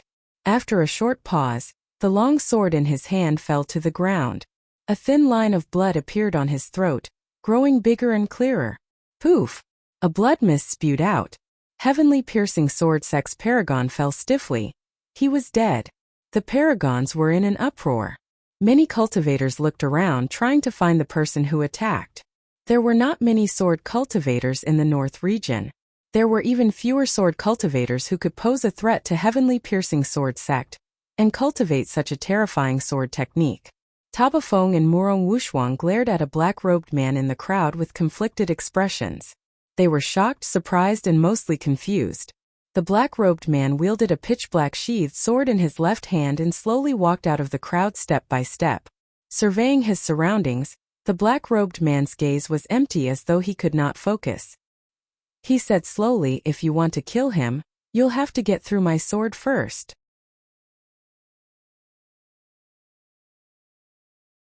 Chapter 567. Su Zimo did not recognize the black-robed swordsman. Neither did he understand why this person wanted to help him. However, he had once sensed an extremely dangerous aura from the black-robed swordsman. Just now, that sword strike had confirmed that feeling. That sword strike was way too fast. Heavenly piercing sword sex paragon did not even have the chance to release Jean Dan's phenomenon before dying on the spot. Where did this lunatic come from? Humph! If he's the helper of that beast from Divine Phoenix Island, he might be a beast as well. Everyone has the right to kill him. Some cultivators were blind and saw that the black-robed swordsman did not have an identity badge on his waist. They thought that he was an itinerant cultivator who had appeared out of nowhere and hollered. At the sight of Su Zimo's imminent death and the appearance of many treasures, all the paragons were envious. There was no way they would let the matter rest just like that. "Everyone, let's attack together. What can this person do?" A cultivator called out and attacked first. With the first person attacking, there was a second. More and more cultivators stood out. Instantly, spirit energy surged and sword beams streaked through the void in a bedazzling manner, piercing towards the black-robed swordsman on the battlefield like thousands of arrows. The black-robed swordsman's right hand seemed to move slowly as it landed on the pitch-black sword hilt on his left. The moment the black-robed swordsman's right hand gripped the sword hilt, his aura changed abruptly. His originally unfocused gaze suddenly focused, like two sharp swords that were showing off their sharpness. The cultivators who attacked exchanged glances with those two gazes and shuddered. A few cultivators shrieked tragically and closed their eyes hurriedly. Unfortunately, it was too late. Two streams of blood flowed out of the eyes of those cultivators in a horrifying manner. Just by looking at each other, their eyes were already blinded. What strong eyesight! Su Zimo's heart skipped a beat. He cultivated the mystic classic of the 12 demon kings of the great wilderness and had already unlocked 2 eye orifices, cultivating a pair of demon eyes with strong eyesight. Even the Buddhist Vajra temple's enraged gaze and the devil's pure maiden sex bewitching eyes could not shake his mind. However, Su Zimo's demonic eyes were still unable to unleash such a terrifying killing power with just a pair of eyes. Su Zimo thought to himself, "I really don't know how this person cultivated to actually cultivate such a pair of terrifying sword eyes." The black-clothed swordsman's eyes were always empty and unfocused, looking listless. But the moment he held the sword, no one could ignore the killing intent on his body and the sharpness in his eyes. Wang! A sword chime resounded through the heavens and earth. The dazzling sword light from before reappeared. Dazzling and dazzling. Ding ding dang dang. The sound of metal clashing could be heard. The numerous flying swords piercing through the air were all broken. The sword light suddenly disappeared. The cultivators who attacked fell from the sky one after another. None of them were spared. When he fell to the ground, he was already a corpse. Although they were prepared, not many of the paragons of the North region present could see the black-clothed swordsman's attack clearly. By the time the paragons reacted, the sword had already returned to its scabbard. The black-clothed swordsman's right hand returned to his side and drooped naturally, as though just now he had not attacked at all. Right from the beginning, the black-clothed swordsman was expressionless. It was as though the deaths of more than 10 perfected Jean Dan could not stir his emotions, not even the slightest bit. It was a deathly silence. Nobody expected that after the monster incarnate of Divine Phoenix Island, Wuxia and the others, there would be another terrifying cultivator who had yet to make a move. Who could defend against such a terrifying existence? Dugujian, you're crazy. Tabafeng hollered with widened eyes. Dugujian. When he heard that name, Su Zimo was enlightened. In the North region, there were not many cultivators with that surname. The most famous of them all was the Dugu clan, one of the 4 gentry clans. However, the cultivator named Dugujian before him was truly way too different from Tabafeng and the others. Notwithstanding the fact that he did not have an identity badge by his waist, he did not have a single clansman by his side. Su Zimo could sense a sense of loneliness and desolation from Dugujian, as though he was incompatible with this world. It was as though there was nothing else in Dugujian's world apart from that sword. Apart from that sword, there was nothing else. Only someone with such a state of mind would be able to cultivate a pair of sharp sword eyes, as well as such a frightening and murderous sword technique. Dugujian, that monster incarnate of Divine Phoenix Island, is a beast and not of our race. Are you going to represent the Dugu clan and stand on his side? Ouyang Xiaoyu of the ancient aristocratic family asked in a deep voice. I am who I am. What has that got to do with the Dugu clan? Dugujian's voice was calm as he turned to look at Ouyang Xiaoyu. Although he was still expressionless, there was a hint of mockery in his empty gaze. He was mocking Ouyang Xiaoyu for not understanding such a simple question. I am who I am. What has that got to do with others? Ouyang Xiaoyu was speechless for a moment. Murong Wushuang frowned slightly and looked at Dugujian, who was not far away. She could not help but ask why. I can't stand it, Dugujian replied indifferently. Most of the paragons of the North region were confused. Who could he not stand? Who offended him? Murong Wushuang was the only one who had a conflicted expression and sighed internally. She knew what sort of hardships Dugujian had experienced in the past and understood the pride in his heart. Su Zimo's current predicament must have resonated with this man. He was once abandoned by this world as well. He was spurned by countless people, besieged by countless people, bullied and humiliated by countless people, and cursed by countless people. At that time, nobody helped him or stood by his side. This man had relied entirely on the sword in his hands to reach where he was today, step by step. He was reclusive not because he hated the world. It was because the world had once abandoned him. The only thing that accompanied him the entire time and had never abandoned him was the black-sheathed sword in his hands. Therefore, he would attack because he could not stand it. He was fearless even if he had to go against the entire world, let alone the paragons of the North region. Su Zimo was motionless. This was a rare opportunity and he had to recover his stamina as much as possible before escaping this place. Now that Wuxia was dead, there was no one in the Great Qian ruins who could threaten him. However, Su Zimo could still sense that danger was approaching. There was no time to waste. The masked man from Glass Palace seemed to have seen through Su Zimo's intentions and walked over slowly. Someone from the Dugu clan is already so arrogant. The masked man's voice was hoarse and unpleasant, as though his throat was severely injured like a broken bellows. Get lost or die. The masked man glared at Dugujian with a cold gaze filled with hatred. Dugujian was expressionless and said nothing. He merely glanced sideways and his right hand moved slowly towards the pitch-black sword hilt on his left. The masked man narrowed his eyes and his hair stood on end instantly. Buzz! A sword beam flashed.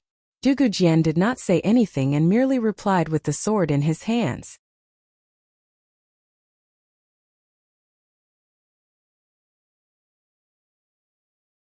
Although it was a pure-blooded ferocious beast, it could not withstand Dugujian's sword.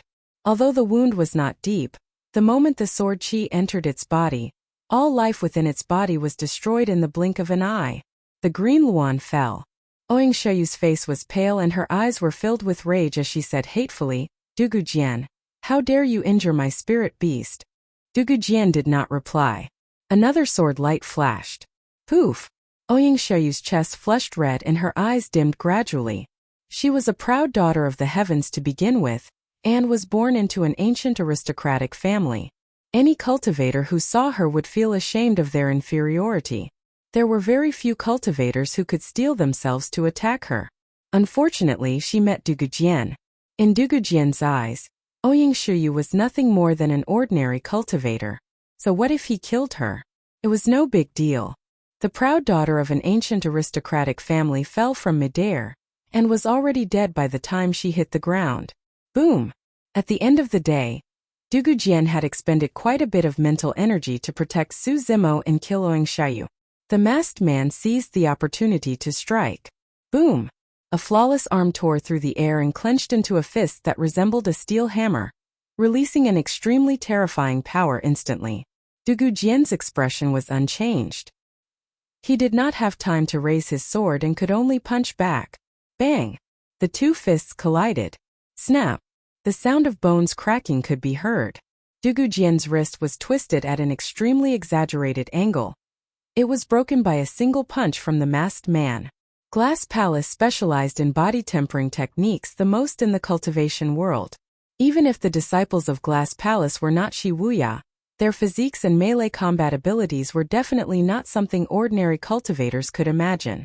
However, the one that truly terrified everyone was Dugujian. Even though his wrist was broken, Dugujian's emotions did not fluctuate at all. He was still expressionless, as though that was not his hand and he could not feel any pain.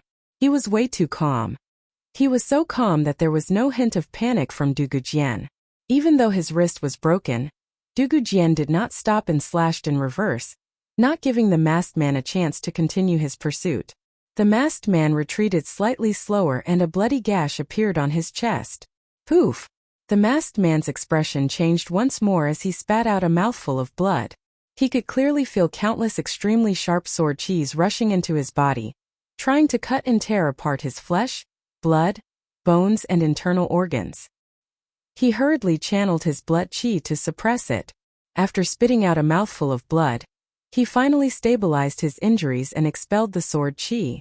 Although it seemed like he had the upper hand in this exchange, in reality, the two of them were evenly matched.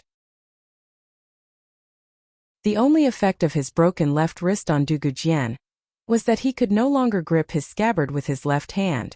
Dugujian's sword technique was not affected at all. Instead, it was even more terrifying. Each time he attacked, a paragon would die. Both sides were in a stalemate. All of a sudden, the sound of robes fluttering could be heard from the distant horizon. A series of incomparably domineering auras burst forth and tore through the air. Those auras were extremely berserk and seemed to be enraged as they sped over. Before they even arrived, they emitted a shocking might that enveloped everyone present. This aura, Jining Zhenjuan. Even Jining Zhenjuan is alarmed and there are so many of them. The crowd was in an uproar. Everyone knew that once Jining Zhenjuan intervened, they would only be reduced to supporting characters.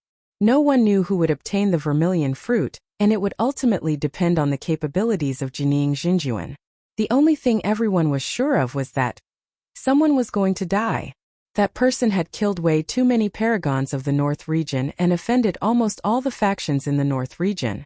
He was definitely going to die today.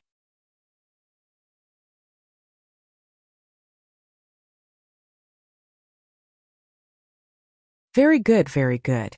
The old man from Glass Palace's tone was cold as he withdrew an ancient mirror from his storage bag. Let's see what your true form is, monster incarnate. When he heard that, Su Zimo's heart sank. Before he could react, the old man from Glass Palace tossed the mirror in his hands into the air. Instantly, resplendent light shone in a bedazzling manner. Endless resplendent light condensed into a beam of light that descended onto Su Zimo's body. This beam of light contained an extremely mysterious power, but it did not possess much destructive power. However, Su Zimo shuddered and his tendons and bones rang together as his body shrank uncontrollably. His face began to change, and so did his facial features. Under the gazes of countless people, a delicate and pretty face was revealed. Just now, the burly man with a burly figure and rough face had vanished completely. Who is that? The monster incarnate of Divine Phoenix Island? So, the monster incarnate of Divine Phoenix Island is a human. He looks rather refined, like a scholar. To think that such a frail and refined scholar would be such a domineering figure. I really couldn't tell at all. When he heard the discussions around him, Su Zimo's heart sank to the bottom. He knew that he could not hide anything anymore. Even though he saw many Jining Xinjuan descending, Su Zimo was still able to maintain his composure in the face of danger. However, he truly did not expect that his true appearance would be revealed by a mirror after his disguise. In the cultivation world, there was a dermic weapon that targeted demons known as the Demon Revealing Mirror. Although the Demon Revealing Mirror had limited killing power, it could reveal the true form of demons and expose their disguises. Despite all his calculations, Su Zimo still missed out on one thing. Everything was over now that he missed out on that. Su Zimo felt his limbs turn cold and even his hopes turn to dust. Even if he could escape from this place, he would not be able to live for long. He could not return to Misty Peak. Otherwise, Misty Peak would be destroyed because of him. It was even more impossible for him to return to Yen country. Otherwise, he would bring a calamity to Yen country. Although the North region was huge, there was no place for him to stay. It was even more impossible for him to escape from the North region. Given his Jin Dan realm cultivation, even if he ran day and night without eating or drinking, it would take him hundreds of years. Furthermore, he had to face the pursuit of various major factions and sects. As long as the fact that he cultivated both immortality and demonic cultivation was exposed, nobody in the world would be able to protect him. From this day forth, Su Zimo would have to turn his back on everyone and become the enemy of the entire world. Although there were many cultivators present, most of them had never seen Su Zimo in person. However, in the vast crowd, there were a few cultivators whose bodies trembled violently. Their eyes revealed disbelief, and their minds were greatly shaken. They almost cried out in surprise. "It's him! It's him!" Mu Dongqing could not help but mutter to himself with a shocked expression. Bai Yuhan covered her cherry lips with a look of disbelief and could not say anything. Instantly, the two of them finally understood something. It was no wonder why Su Zimo could cultivate to the unprecedented Extreme Foundation Establishment realm and become the second human emperor. That was because he was the monster incarnate of Divine Phoenix Island and had once entered the human emperor's palace. "So it's you." Wang Yin of Cloud Valley's eyes lit up as he recognized Su Zimo right away. A month ago, this was the refined scholar who slaughtered the cultivators of Blaze Columbus Valley, Stellar Luna Sect and Shadowless Sect, causing them to scatter. It was no wonder why this person knew about the Divine Turtle phenomenon as well. So, he was the same person from a month ago. This person had a double phenomenon. In that case, he did not use his full strength a month ago. Today's battle was the true display of his strength without holding back. Something's not right. Suddenly, Wang Yan's expression changed. This person did not hold back today either. A month ago, this person had a gigantic seal that was a Khanate spirit weapon. However, he did not reveal it today. A month ago, this person had a quasi-Khanate spirit weapon, and even killed Qian Sinyu of Stellar Luna Sect. However, he did not reveal it today either. How many more secrets does this person have? How many more trump cards does he have? At that thought, Wang Yan felt chills run down his spine.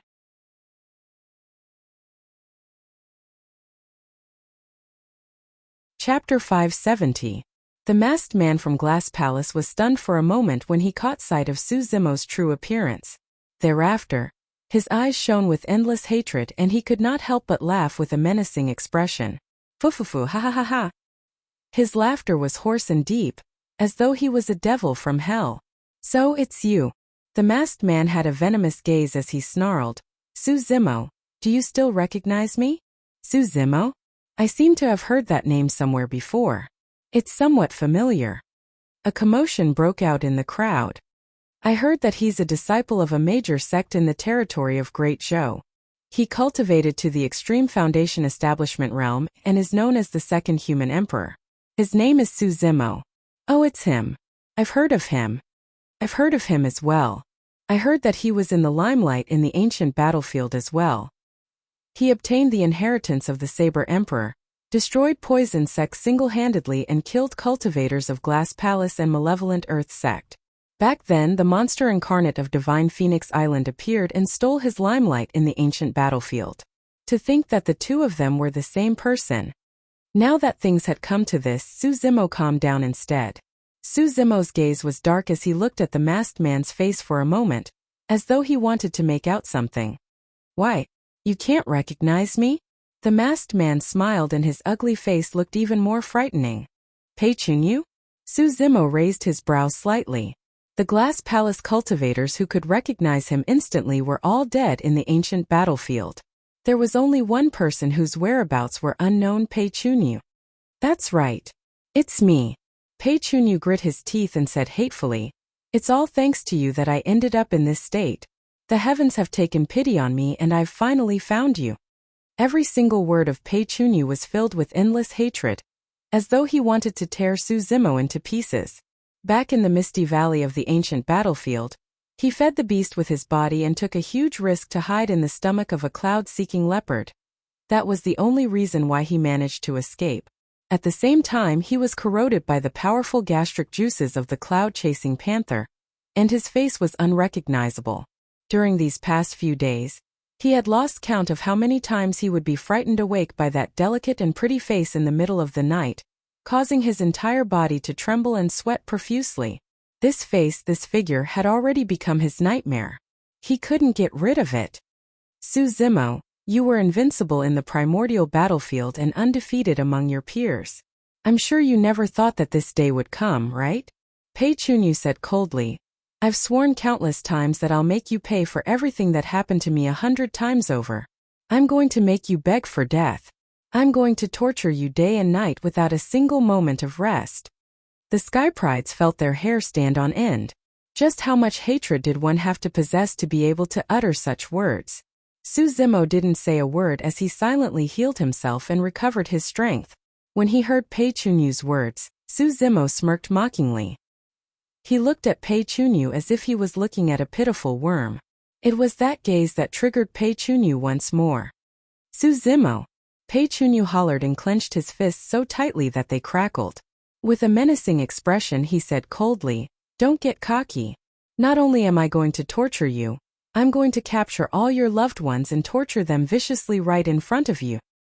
I'm going to let you witness all of that personally and experience all of that pain." The Sky Prides lamented internally. Pei Chunyu had already gone mad. Unless he could kill Su Zimo and remove his mental demons. Otherwise, it wouldn't be long before his cultivation went berserk and he died. When he heard that, Su Zimo's expression turned cold. He did not have many loved ones. Be it Su Hong or Xiaoning, they were his reverse scales that nobody could touch. Su Zimo was expressionless as he said slowly, "Pei Chunyu, you managed to escape the previous time round. Today you're definitely going to die." "Ha ha ha ha."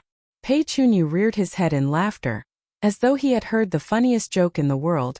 "You think you can do that? Let alone the fact that you're exhausted and your spirit energy is depleted, so what if you're at your peak condition?" Pei Chunyu pointed to the many Jining Jinjuan not far away and shouted, "There are many nascent soul seniors here. You're in no place to be cocky. Monster incarnate my ass. In the eyes of Jining Jinjuan, you're nothing more than an ant that can be crushed at any moment." Su Zimo laughed as well. Lowering his head slightly, he twirled his fingers gently and said coolly, "Do you think that I can't kill you with all these Jining Jinjuan around? Insolent."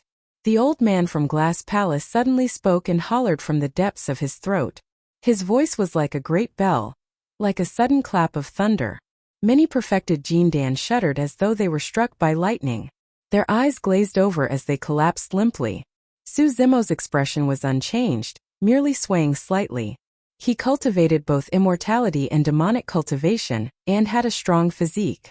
Furthermore, he had cultivated a powerful secret skill of sound. Although the voice of the old man from Glass Palace was powerful, it was unable to shake Su Zimo's mind. More than half of the paragons of the North region died in the hands of Su Zimo in this fight for the vermilion fruit. At that moment, countless Jining Jinjuan were glaring at Su Zimo. It was indeed wishful thinking for him to kill Pei Chunyu in front of everyone. However, no matter what, Pei Chunyu had to die. Su Zimo was well aware of that. If Pei Chunyu was allowed to live, he might bring unimaginable trouble to himself, Su Hong and Xiaoning. For others, this short period of rest might not make much of a difference. However, for Su Zimo, this period of time was enough for him to stabilize his injuries and recover some strength. "Pei Chunyu, Let me tell you one last thing. Su Zimo's expression was cold and his eyes were murderous as he said coldly, even Jining Zhenjuan won't be able to protect someone that I, Su Zimo, want to kill. Su Zimo swiped his storage bag and a shimmering golden seal appeared in his palm. It was the Khanate spirit weapon Coiling Dragon Seal. In just a short while, Su Zimo had already recovered some spirit energy. His dantian churned and spirit energy surged into the Coiling Dragon Seal. Go! Su Zimo flung his palm and the 6 spirit patterns on the Coiling Dragon Seal shone in a bedazzling manner as it smashed down towards Pei Chunyu. It was as though a blazing sun was descending with a terrifying might. Pei Chunyu's expression changed starkly. He had not expected that Su Zimo would be so decisive as to attempt to kill him right in front of Jining Zhenjuan. More than that, he had not expected that Su Zimo would be exhausted just now. In just a short while, Su Zimo had already recovered to such an extent. What sort of terrifying regeneration capabilities did he have to have? The gigantic seal smashed down and almost sealed all of Pei Chunyu's escape routes, enveloping him within. How dare you? The old man from Glass Palace hollered and waved his sleeves in rage. Swoosh! His sleeves expanded against the wind and extended dozens of feet in the blink of an eye, covering the skies and enveloping the blazing sun that was descending from midair. Although the blazing sun was scorching, it could not burn through the old man's sleeves. No matter what, Su Zimo was only at early stage Jin Dan. There was no way he was a match for Jining Zhenjuan in a head-on clash. Pei Chunyu looked up at the blazing sun that was enveloped by his sleeves and heaved a sigh of relief. If not for the seniors of his sect, he might have been smashed to death by the gigantic seal just now. Right then, Pei Chunyu felt his heart skip a beat.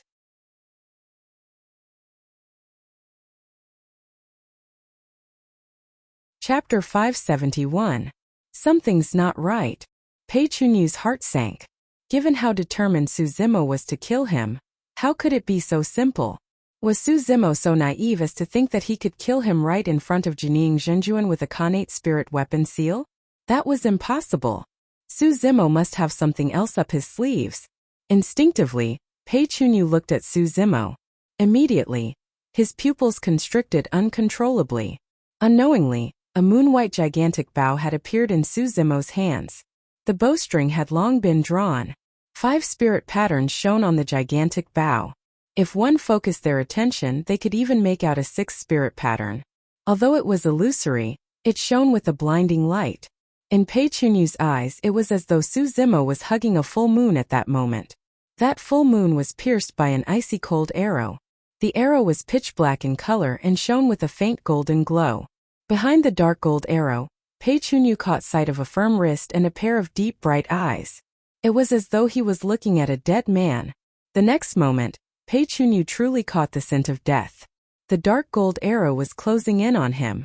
Pei Chunyu could clearly see the cold glint on the tip of the arrow. However, the delicate face behind the dark gold arrow was gradually blurring. The dark gold arrow tore through the air. Pei Chunyu had clearly caught sight of it, but he realized that his body was frozen and he could not move at all. Save me! Pei Chunyu's eyes were filled with fear as he howled hysterically from the depths of his throat. It was way too fast. The arrow had already shot out the moment the old man from Glass Palace waved his sleeves and wrapped the Coiling Dragon Seal. How dare you! The old man from Glass Palace hollered in rage. He had not expected that Su Zimo would have such a frightening trump card after summoning a Khanate spirit weapon. Initially, the dark gold arrow merely shone with a golden glow. However, the moment it left the bowstring, 6 spirit patterns shone on the arrow. It shone brightly. Pust! The sky prides in the crowd gasped in shock. An early-stage Jin Dan had actually taken out 2 innate-stage spirit weapons consecutively. Even Shi Wuya only had 1. Even the many Jining Zhenjuan in the northern region were shocked. Inborn spiritual weapon. This was the real killing weapon. When a quasi-Khanate spirit weapon shot out a long arrow, the killing power released in that instant was enough to kill most perfected Jin Dan instantly. Even a cultivator of Shi Wuya's level might not be able to escape unscathed. Moreover, Pei Chunyu was only at the early stage of Jin Dan. His strength was much weaker than Shi Wuya's. Wherever the black gold arrow passed, all the spirit chi in the surroundings would be sucked into the arrow.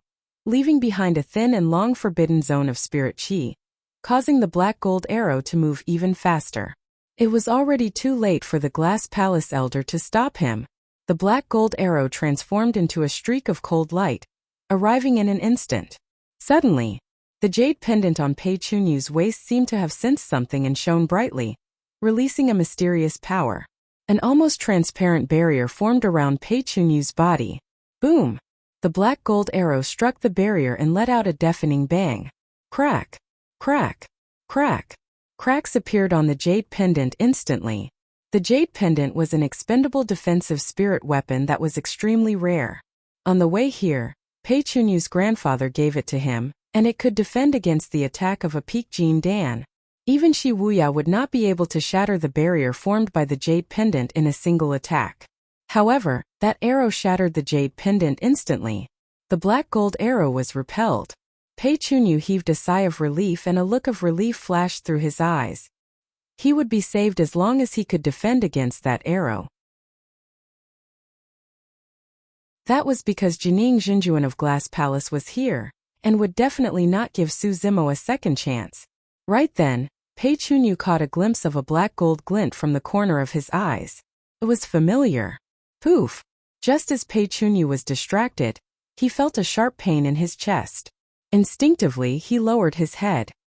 His chest was pierced and blood gushed out from the gruesome wound. Bam! It was only at that moment that Pei Chunyu heard the sound of a bowstring vibrating. That arrow was way too fast. Before the sound of the bowstring vibrating arrived, the black gold arrow had already pierced through him. Suddenly, Pei Chunyu realized something when he heard the sound of the bowstring vibrating. Just now, Su Zimo did not fire a single black gold arrow. There were two.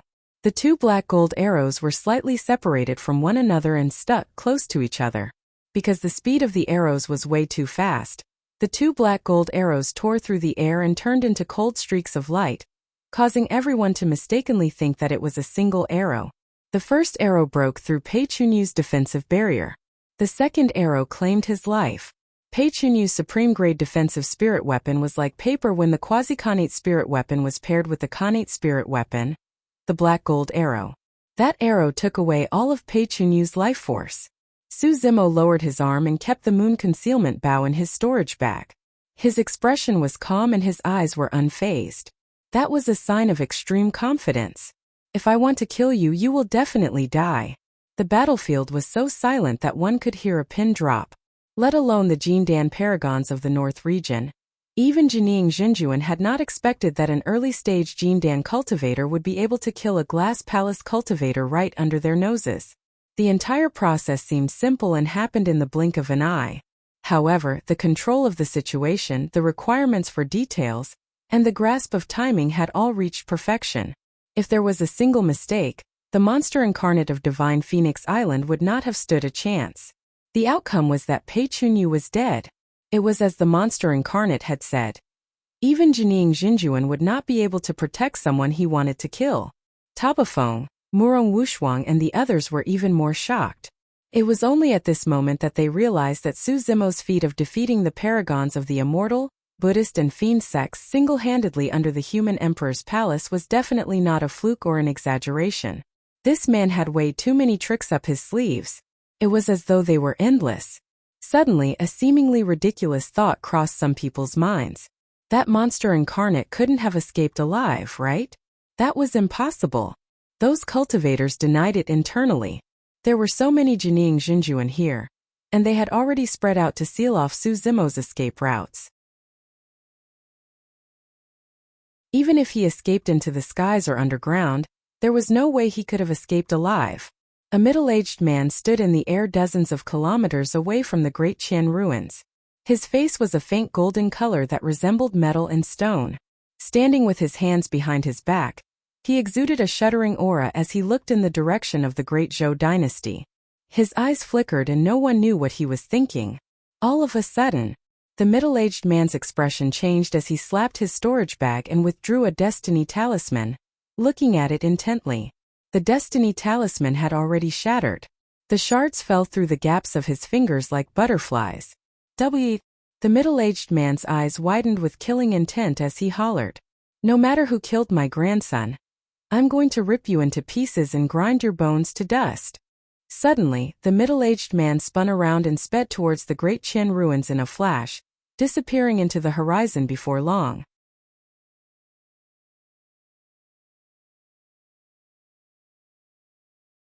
Chapter 572.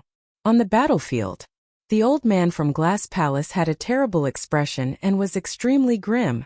A total of 2 perfected beings of Jin Dan came for this trip from Glass Palace. Putting aside the fact that Shi Wuya was dead, even Pei Chunyu had been shot to death right in front of him. Although Shi Wuya was a perfected being of Jin Dan, his status in the sect and in the hearts of the elders was much more important than the ordinary Jining Xinjuan. The sect had groomed Shi Wuya as a titular disciple. Now that Shi Wuya was dead, he would definitely be punished upon his return to the sect. Right now, the only way for him to avoid punishment was to try his best to make up for his mistakes by escorting Su Zimo back to the sect. Little beast, let's see how long more you can be arrogant. The old man from Glass Palace hollered and strode forward, reaching out with his palm, wanting to capture Su Zimo alive. Hee.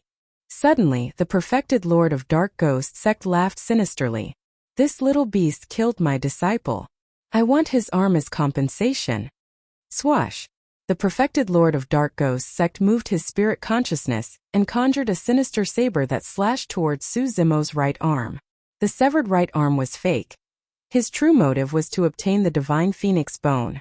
Of the many Jining Xinjuan present, the old man from Glass Palace was not the only one who had his sights set on Su Zimo.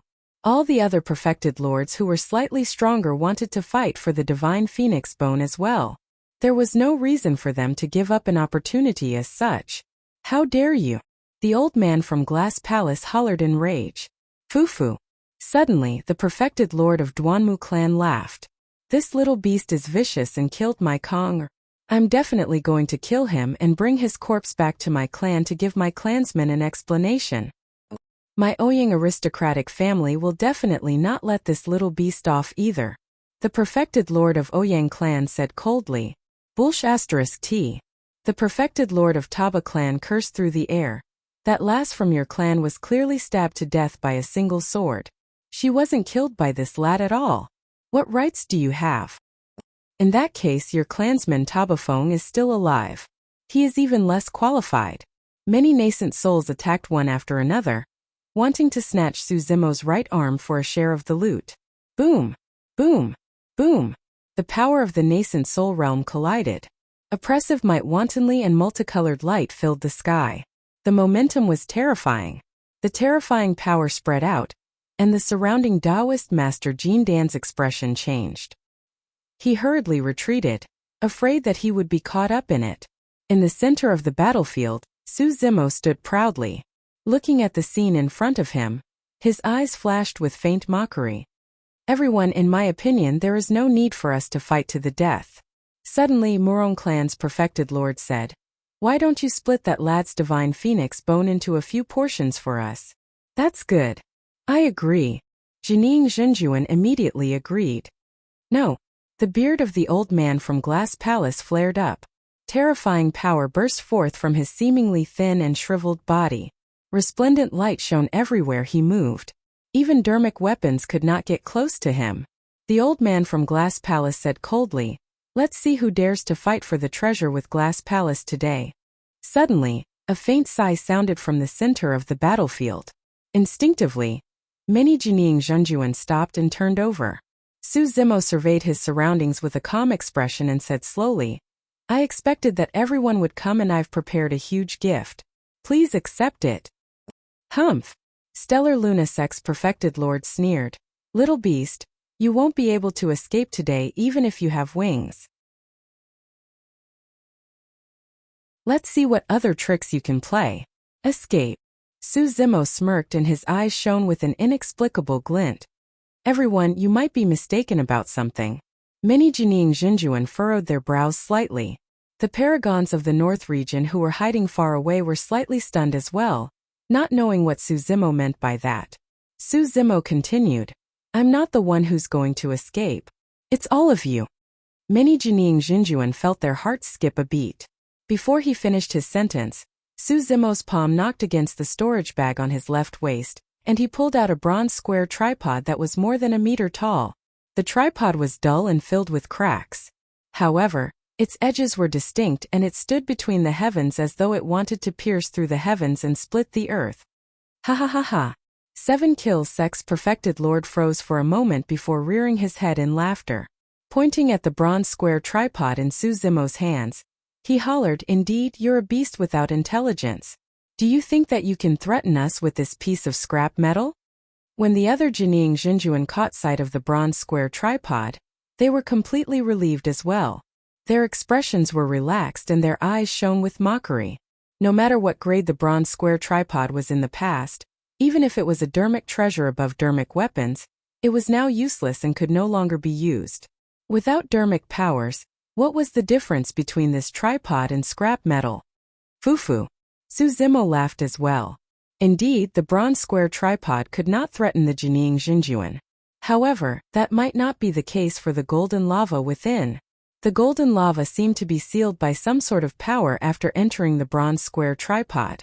It did not emit any heat and was as calm as water. Su Zimo gripped the legs of the bronze square tripod with both hands and raised it high. Spinning his body, he swung it towards the Jining Jinjuan around him. Splash! The golden lava spewed out and blotted out the skies. The lava scattered in the void and instantly released a heart-stopping heat that was enough to destroy everything and incinerate all living beings. Many Jining Jinjuan who were after the divine phoenix bone were all gathered in the surroundings. None of them could avoid the golden lava. As long as they were splattered by the golden lava, even if it was only a single drop, they would burst into a ball of golden flames instantly. They would burn in the void without being extinguished. The bodies of Jining Jinjuan would be reduced to ashes within dozens of breaths in the blazing golden flames. If they were drenched by the golden lava, they would be devoured instantly without a corpse. The scary thing was that as long as they were tainted by the golden flames, no matter how the Jining Jinjuan struggled or resisted, they could not extinguish the flames on their bodies. Ah! Ah! Ah! Tragic cries reverberated through the world. In midair, countless figures that were burning with flames tore through the air. They did not fly far before they turned into ashes and drifted down. The battlefield had already turned into a fiery hell. None of the Jining Jinjuan could escape this calamity. Even the old man of Glass Palace who specialized in body tempering only lasted for dozens of breaths before collapsing to the ground lifelessly. Only the perfected Jindan who were hiding far away were spared. The golden flames burned furiously. The stone pillars in the underground palace were incinerated. The underground palace collapsed and countless rocks rolled down as dust billowed. Wherever the golden lava landed, a gigantic pit would be incinerated. The flames surged into the skies, illuminating the night like it was day. Against the scarlet golden flames, the monster incarnate's figure was faintly discernible, like a god in the flames that watched everything silently. It was over. Everything was over.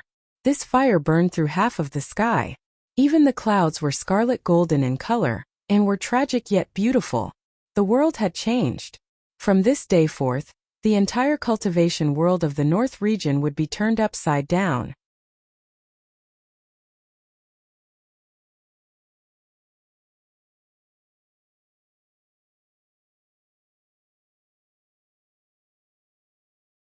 A few years ago, Su Zimo helped him refine a supreme-grade spirit weapon in the capital of Great Zhou. At that time he was still a little inexperienced.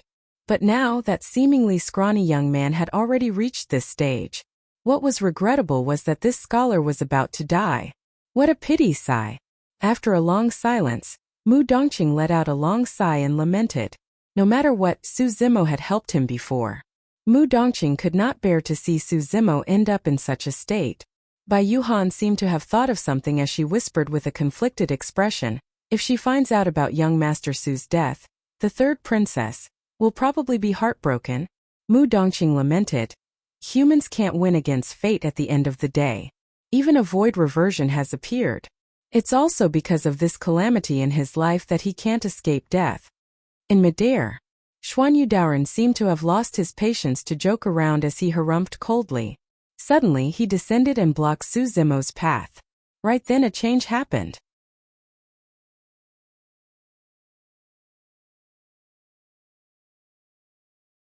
Chapter 574. Su Zimo did not stop in his tracks and a moon-white bow suddenly appeared in his hands. The black gold arrow was already knocked. The bow was like a full moon. Moon concealment bow black gold arrow. That was the strongest attack that Su Zimo could release in his current state. So what if he was a void reversion? There was no way Su Zimo was going to allow himself to be captured. It was impossible for him to escape right under the noses of a void reversion. Unless he could kill the other party.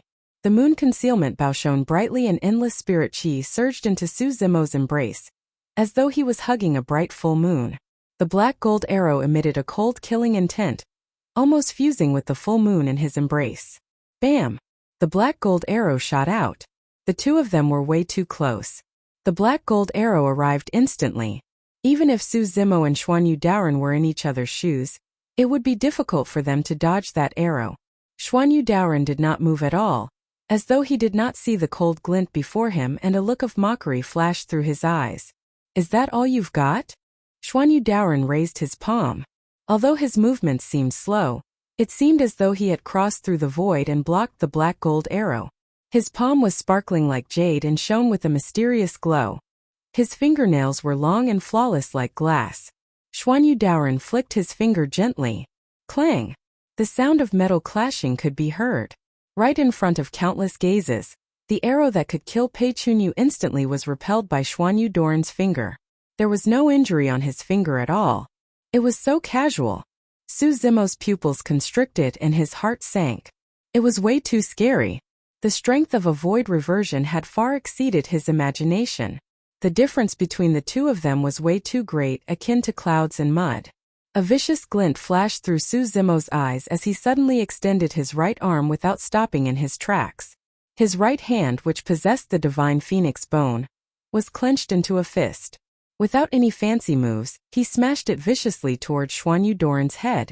The black gold arrow was the first thing Su Zimo had prepared. It was only to confuse Xuanyu Daoren and make him lower his guard. The true killing move was the divine phoenix bone at the back. With Xuanyu Daoren's cultivation, he would not dodge Reverend Jean Dan's attack. He would only take it head-on. That way, he would have a chance to activate the power of the divine phoenix bone. Su Zimo believed that once the power of the divine phoenix bone exploded, even if it could not kill Xuanyu Daoren, it would be enough to injure him. This might be his only chance at survival. The mockery in Xuanyu Daoren's eyes deepened. A trapped beast will still fight. Xuanyu Daoren sneered. As Su Zimo had expected, he extended his palm and clenched it into a fist as well, welcoming Su Zimo's right fist. Su Zimo's eyes shone with a ferocious glint. His inner core and Jean Dan circulated furiously and his blood chi surged. His tendons and bones rang in unison, rumbling like thunder. His organs shuddered and his divine orifices shone with a demonic light. A blood-red halo formed around his head. Su Zimo squeezed out all the power in his body and gathered it on his right hand. Success or failure depended on this single move.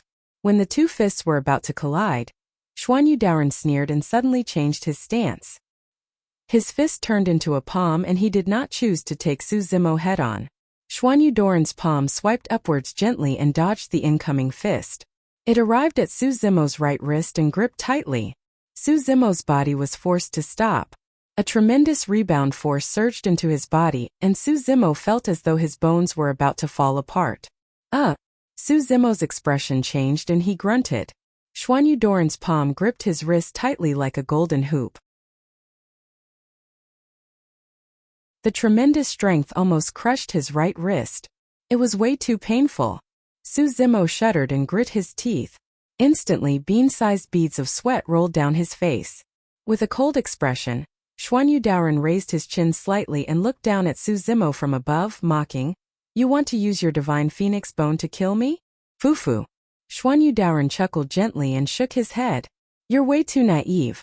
The difference between the two of them was not only in terms of cultivation realm or strength. In terms of experience and mental strength, Su Zimo was completely disadvantaged. Xuanyu Daoren had already guessed Su Zimo's intentions, and chose not to take the divine phoenix bone head-on. Instead, he gripped Su Zimo's wrist. Su Zimo had the divine phoenix bone in his right hand that was indestructible. However, his wrist was incomparably fragile against the power of a void reversion. Xuanyu Doran's change in move severed Su Zimo's final hope. Enduring the pain in his wrist, Su Zimo grit his teeth and glared at Xuanyu Doran indignantly. The divine phoenix bone. Suddenly, Xuanyu Doran lamented, "An ant like you isn't worthy of possessing such a divine item. From this day forth, the divine phoenix bone is mine."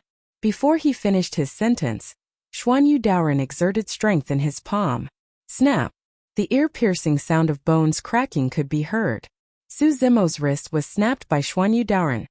His right hand drooped limply and was only connected by skin and flesh. Many cultivators felt their teeth ache at the sight. As though he could not feel the pain, Su Zimo did not make a single sound. However, his body trembled slightly and his facial features were contorted and deformed. Su Zimo narrowed his gaze and his expression was extremely cold. Xuanyu Doran ignored the hatred in Su Zimo's eyes and said indifferently, "Little beast, Pei Chunyu is my grandson. Since you've harmed his life, I'll make sure you live in pain and torment for the rest of your life. Severing your wrist is only the beginning." Xuanyu Doran's voice was like a malevolent ghost from hell that sent chills down one's spine. Bang! Suddenly, Xuanyu Doran extended his leg and tapped Su Zimo's dantian gently. That kick was way too fast. Even if Su Zimo was in his peak condition, he would not be able to dodge it, let alone the fact that he was severely injured and his spirit energy was depleted. Furthermore, Xuanyu Doran's palm was still gripping Su Zimo's injured right wrist the entire time. There was no way Su Zimo could escape at all. That kick seemed light as it landed on Su Zimo's dantian, but it contained a terrifying amount of power. Like a gigantic spear, it pierced Su Zimo's dantian viciously. Su Zimo shuddered and felt a piercing pain in his abdomen, nearly fainting. His dantian was mangled and a bloody hole appeared. It was crippled. Su Zimo could clearly sense that his Jindan was shattered into pieces by Xuanyu Doran's kick. His spirit energy dissipated rapidly. In the blink of an eye, his dantian was empty without any spirit energy left. Su Zimo's body twitched and he could barely stand. His face was pale and his eyes were dull while his aura was weak. His cultivation was crippled. The Jindan was the source of perfected being Jindan's strength. Once it was shattered, there was no way it could be recovered. Dozens of years of tough cultivation were destroyed in a single day. For cultivators, there was nothing crueler than having their Jindan destroyed and their cultivation crippled. The surroundings were silent. Many perfected being Jindan had different expressions. Some were gloating, some were sighing internally while some looked pained. Mu Dongqing and Bai Yuhan were acquainted with Su Zimo, and could not bear to watch at that moment.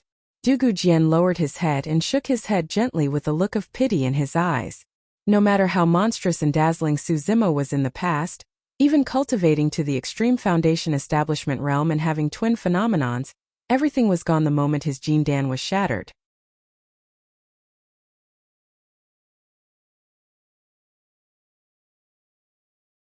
Chapter 575. Su Zimo was already drenched in sweat and his head was lowered. Beneath his black hair, one could vaguely make out a pair of frighteningly bright eyes. Even though his Jindan was shattered and his cultivation was crippled, Su Zimo did not despair. As long as he could escape today, he would definitely take revenge in the future. Even though his Jindan was shattered, he still had his inner core.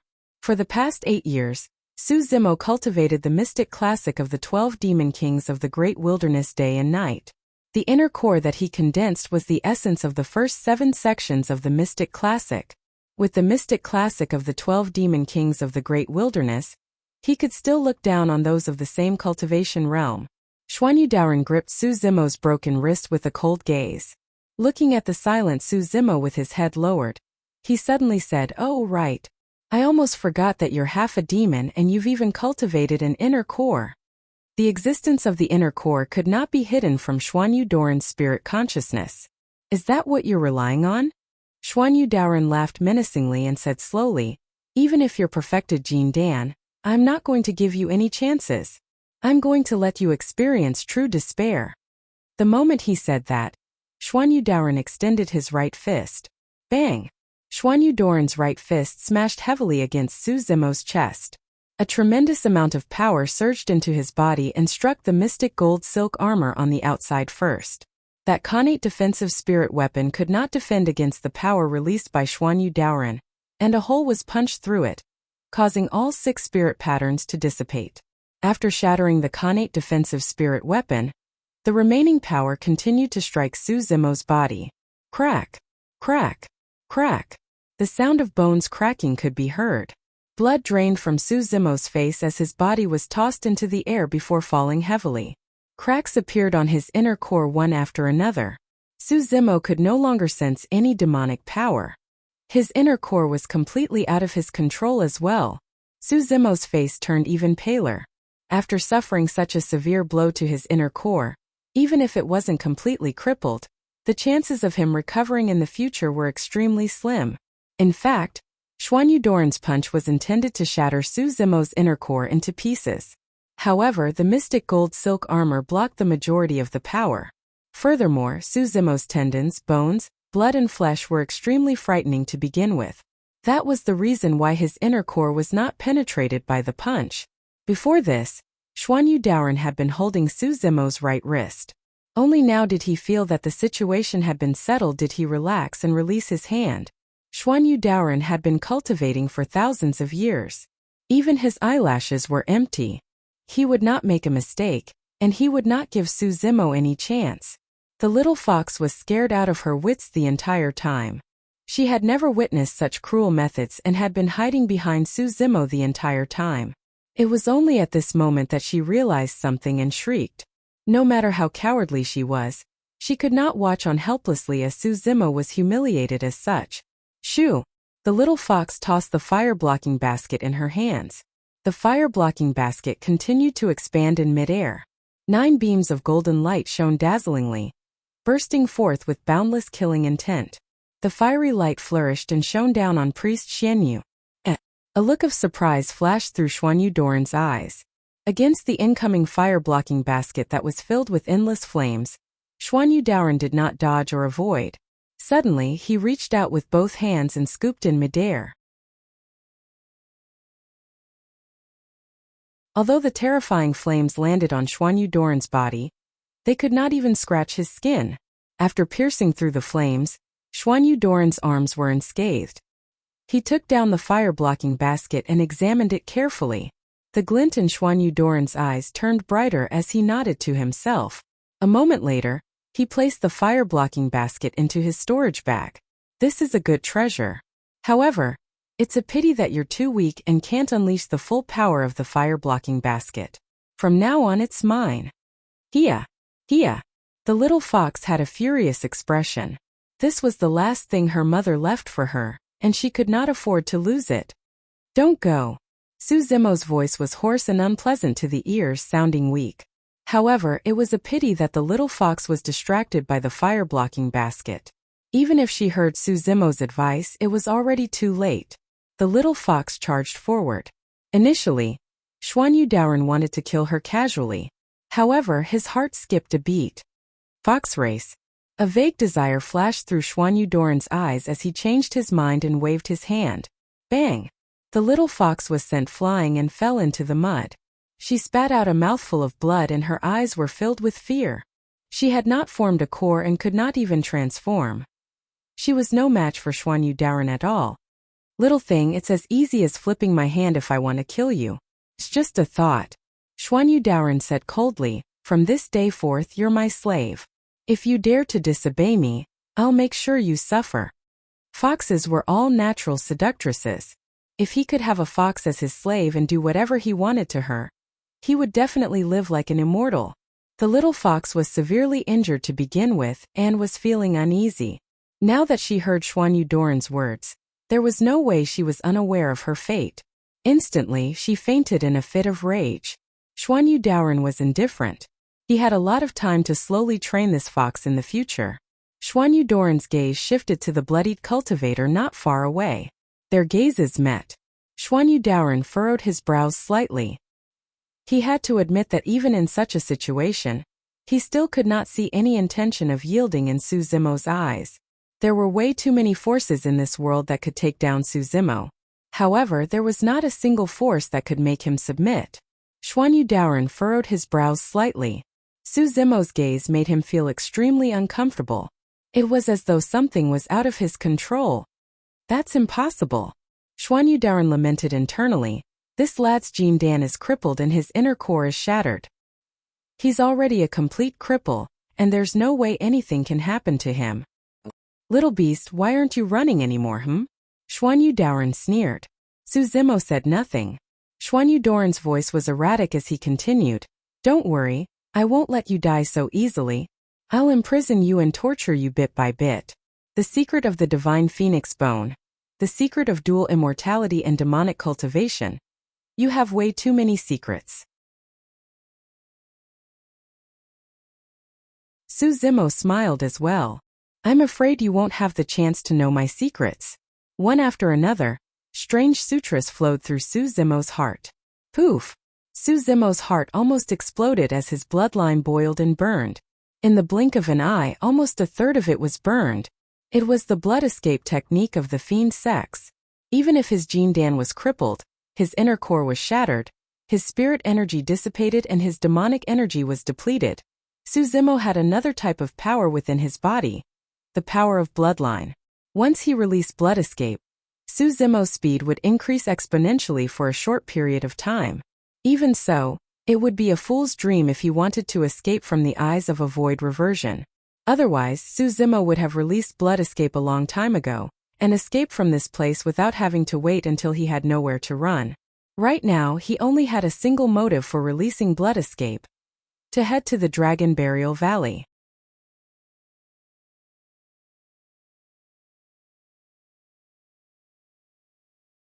Chapter 576. Su Zimo released blood escape and turned to flee without hesitation. Passing by the little fox, Su Zimo reached out and scooped up the unconscious little fox, hugging her in his embrace as he sprinted with all his might.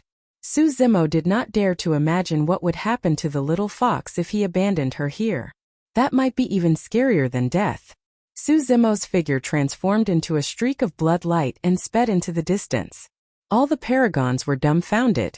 Su Zimo was already a cripple on his last breath, who could not even stand properly. In the blink of an eye, a cripple like him burst forth with such terrifying speed.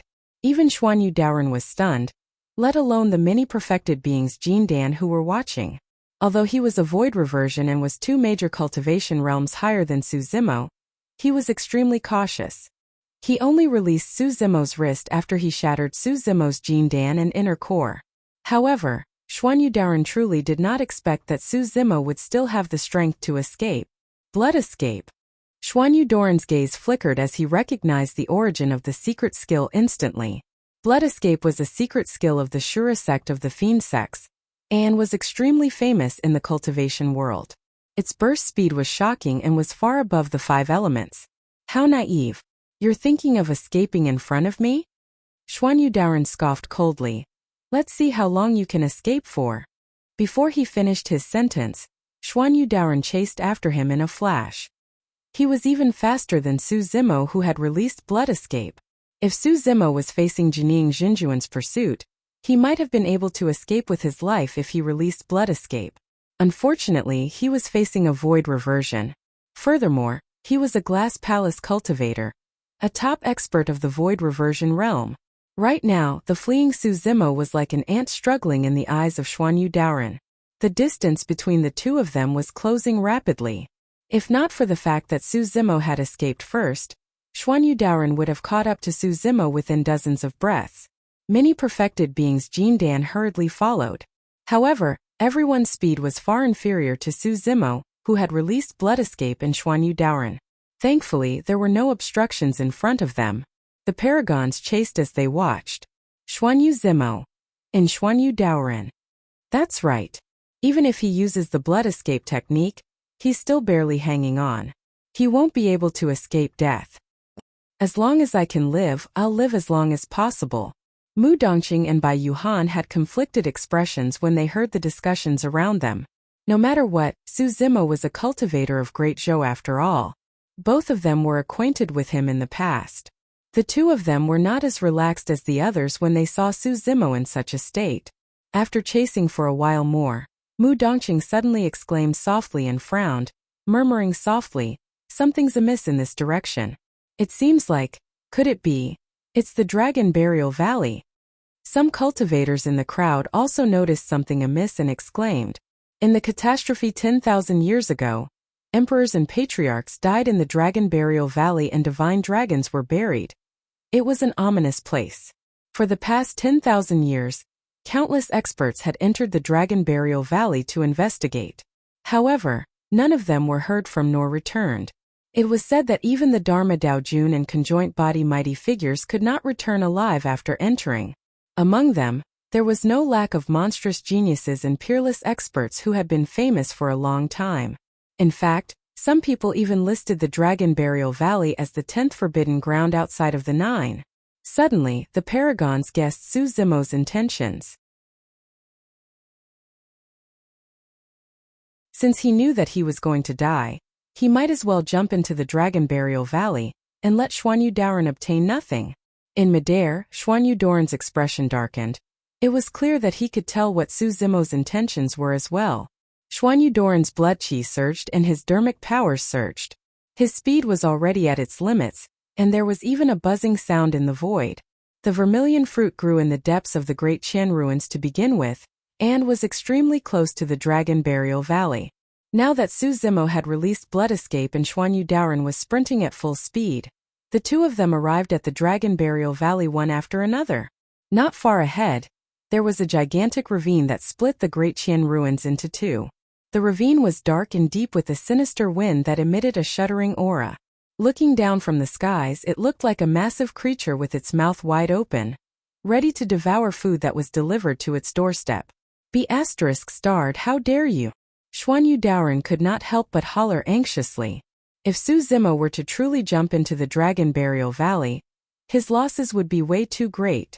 The divine phoenix bone and the secret of dual immortality and demonic cultivation would all be buried in the Dragon Burial Valley with Su Zimo's leap.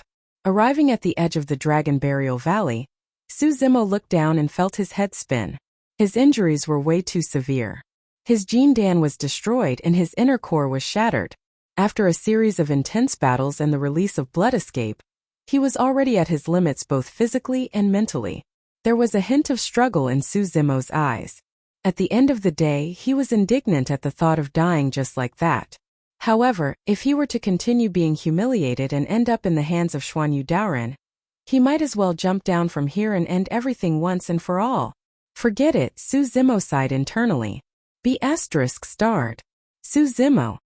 In a hurry, Xuanyu Daoran corrected himself. Su Zimo stood at the edge of the Dragon Burial Valley, swaying as though a gust of wind could knock him down. Xuanyu Daoran did not dare to approach him at all. Su Zimo, you don't have to do this, Xuanyu Daoran said in a deep voice. We can make a deal. As long as you hand the divine phoenix bone to me, we can forget about our feud. With his back facing the Dragon Burial Valley, Su Zimo looked at Xuanyu Daoran mockingly. Xuanyu Daoran cursed internally but forced a smile on his face. Don't worry, I'm a man of my words. As long as you're willing to hand over the divine phoenix bone, I'll leave immediately and not hurt you. You want the divine phoenix bone? Sure. Su Zimo smiled and leaped backwards, falling into the Dragon Burial Valley as he said indifferently, Come down and take it. You, enraged, Xuanyu Daoran disappeared from the spot in a flash. In the blink of an eye, he arrived at the edge of the Dragon Burial Valley and stopped hurriedly. Xuanyu Daoran wanted to reach out his sleeves and pull Su Zimo up, but it was too late. He watched as Su Zimo fell into the darkness and vanished completely. 10,000 years ago, a few emperors of the human race joined forces and engaged in a great battle against the divine dragon, resulting in the formation of this gigantic rift valley. Not only was the divine dragon buried in the rift valley, it was also filled with many terrifying powers that were mixed together. Even dermic weapons would be reduced to dust if they fell in, let alone the bodies of cultivators. Xuanyu Daoran did not dare to head down and could only watch as the divine phoenix bone disappeared before his eyes. B****, do you think that's the end? Since you killed my grandson, I'll destroy your Su family and leave no one alive. Xuan Yudoran's gaze was menacing and his expression was frighteningly dark.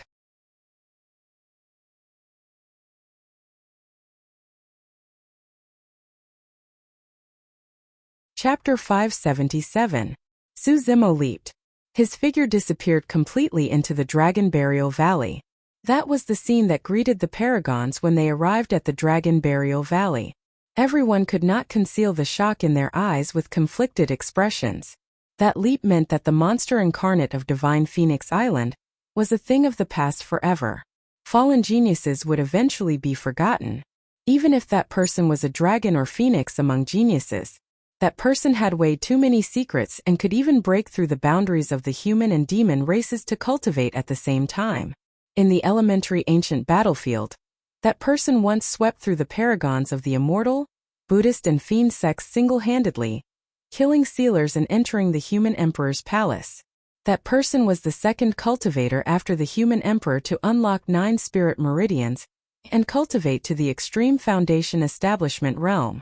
That person cultivated an extremely rare double phenomenon, and both of them were primordial phenomenons that had been lost for a long time. During the fight for the vermilion fruit in the Great Qian ruins, that person obtained the vermilion fruit domineeringly despite being surrounded by the paragons of the North region. He killed countless paragons and even killed the number 1 perfected being of the North region, Shi Wuya. That person incinerated hundreds of Jining Jinjuan with a single flame and stained the voids with blood. That person escaped from the pursuit of void reversions even after his Jin Dan was destroyed, and his inner core was shattered. He leaped into the Dragon Burial Valley and left behind many legends that bordered on miracles. Su Zimo, the number 1 monster incarnate of history, died in the Dragon Burial Valley just like that. Everything was over. Nobody expected that the fight for the vermilion fruit and the battle of the paragons would end in such a manner. The Dragon Burial Valley is an ominous place. Could that person's death have something to do with it as well? He's not the only one. There are way too many paragons of the North region who died in this battle. It's probably because of the ominous Dragon Burial Valley. The fact that we're still alive can be considered as survivors of a calamity. The paragons discussed softly with lingering fear, and did not dare to approach the Dragon Burial Valley. Mu Dongqing and Bai Yuhan retreated from the crowd silently. We've got to inform the 3rd princess about this as soon as possible, Mu Dongqing said darkly. Bai Yuhan frowned and said, you can also tell the relationship between the 3rd princess and Su Zimo. If she knew about this, she would probably be heartbroken. I can't bear it. This is not a matter of whether or not I have the heart to do so, Mu Dongqing said calmly. There's no way we can keep it a secret. The 3rd princess will find out about it sooner or later. I understand. Bai Yuhan nodded and sighed softly. Mu Dongqing took out a spirit crane from his storage bag and described everything that had happened in detail before releasing the spirit crane. A few days later, Great Zhou Imperial City, Rain Admiration Pavilion. After the spring rain, there were a few drops of sparkling and translucent water droplets on the lotus leaves and the green bamboos by the shore, sparkling and translucent. The 2 women stood in front of the window and looked at the beautiful scenery outside. They chuckled softly, and their voices were extremely pleasant to hear. Both of them were peerless beauties, like fairies from the heavenly palace. One of them was dignified and elegant, wearing a pale yellow robe. She had a noble aura between her brows and exuded a hint of authority. The other was charming and wore a pink dress. When she smiled faintly, her eyes curved into crescent moons. Elder sister, congratulations to royal father for passing the throne to you. The girl in pink smiled and tilted her head as she spoke in a cheeky manner. The elegant woman shook her head. There's nothing to congratulate. I'm a woman after all. There will be many people who will object to me inheriting the throne. What's there to be afraid of? You have father's support. The girl in pink waved her fist. The elegant woman did not reply and looked into the distance, deep in thought. A long time later, the elegant woman said, actually, the reason why father is passing the throne to me is all because of one person. I know it's young Master Su. The girl in pink blinked and giggled. Yes. The elegant woman nodded. Zimo is at Extreme Foundation establishment and is the second strongest human emperor.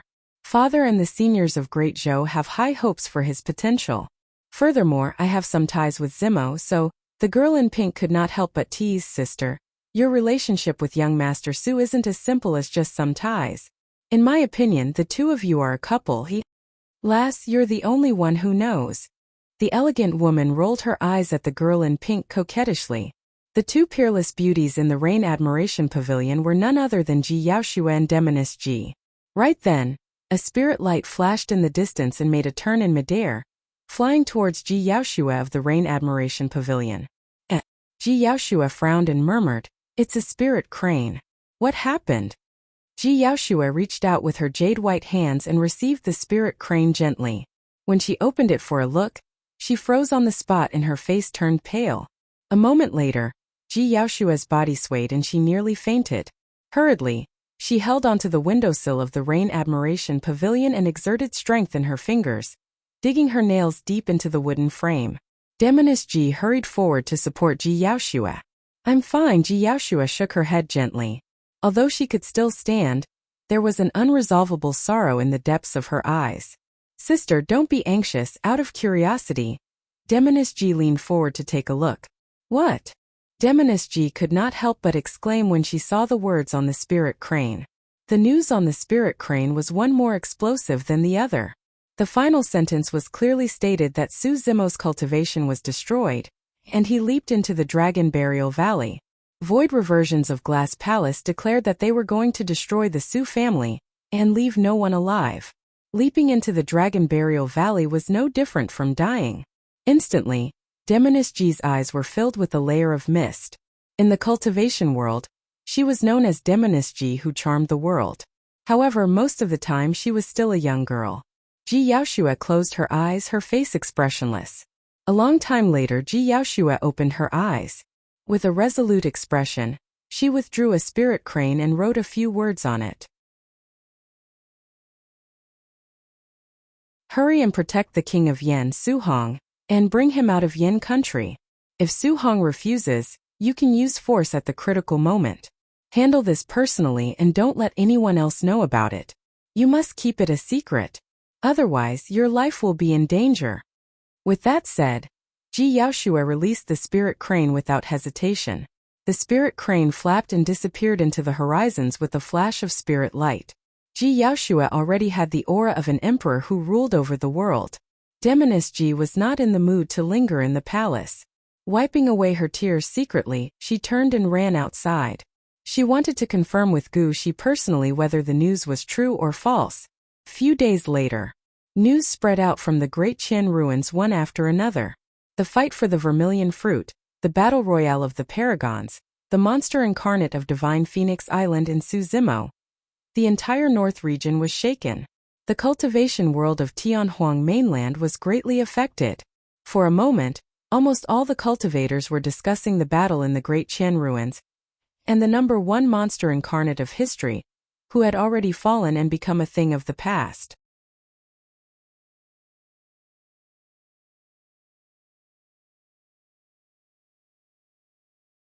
Chapter 578. Misty Peak. The entire sect fell silent when the news of Su Zimo's death in the Dragon Burial Valley spread. Xianyi and the other two had only been separated from Su Zimo for slightly more than a month. To think that they would be separated by life and death now. It did not matter how the cultivators outside viewed Su Zimo, whether they called him a demon with an unchanging wild nature or a fiend with a murderous nature. In the hearts of Xianyi and the others, Su Zimo would forever be a disciple of Misty Peak. In the Battle of Dongling Valley, in order to protect his fellow sect members, he did not hesitate to use himself as bait to lure everyone from Blood Crow Palace away at the risk of dying. In the sect competition, he shone brightly and soared into the skies in front of everyone with an intimidating aura, causing all the sects and cultivators who were waiting to mock Misty Peak to shut their mouths forever. In the Great Qian ruins, he single-handedly defeated the powerful enemies of the three sects and protected the safety of Xianyi and the other two, allowing them to return with a full load.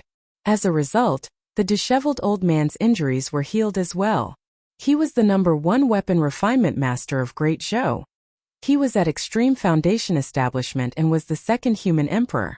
His potential was limitless, and even the emperor viewed him in a different light.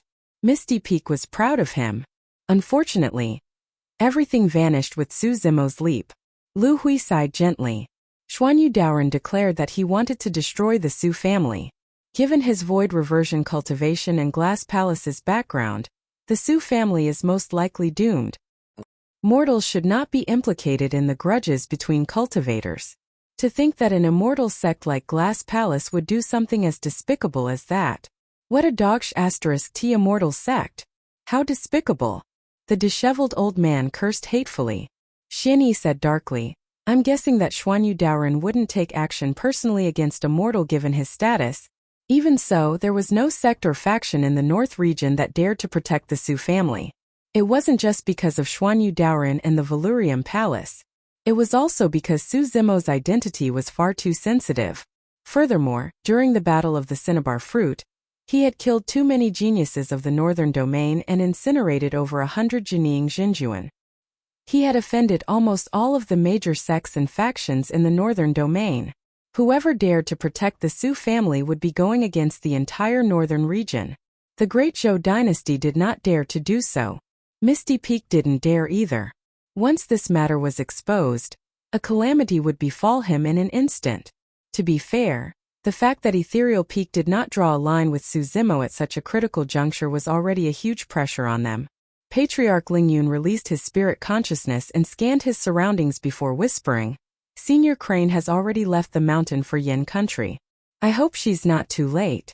This matter is of great importance and must not be leaked out. Otherwise, the sect will be exterminated. Xianyi and the others hurriedly nodded. At this moment, a powerful and familiar aura rushed over from not far away. The old immortal Crane had returned. Everyone from Misty Peak was invigorated. The old immortal Crane pushed the door open and entered, unable to conceal her fatigue. Surveying her surroundings, she sighed softly. I was late. When they heard that, everyone from Misty Peak felt their hearts skip a beat.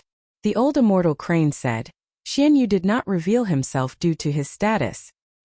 He sent a group of dozens of Glass Palace disciples to the capital of Yen country, but the king of Yen, Su Hong, is nowhere to be found.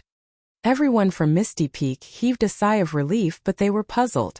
Su Hong's whereabouts were unknown. As long as he did not fall into the hands of Glass Palace, he would be safe for the time being. Why did the old immortal Crane say that she was late? Why was there a deep sense of sorrow in her tone as well? The old immortal Crane continued. Glass Palace found nothing and was enraged. In order to force Su Hong to appear, they ordered for the city to be massacred. Everyone's mouths were agape with disbelief in their eyes. Their expressions were sorrowful, and they could not recover from their shock for a long time. Massacring the entire city, these two short words, yet they sounded so heavy right now. Almost everyone in the capital of Yin country were mortals. In the face of the immense strength of cultivators, those mortals could not defend against them, and their lives were akin to ants. Even though they did not witness it personally, everyone from Misty Peak could imagine the despair and helplessness those mortals felt against cultivators. It was as though everyone could hear the tragic cries. They could almost see countless pairs of frail arms struggling. The old immortal Crane closed her eyes and sighed, as though she could not bear to recall. By the time I arrived, Yin City was filled with rivers of blood and mountains of corpses.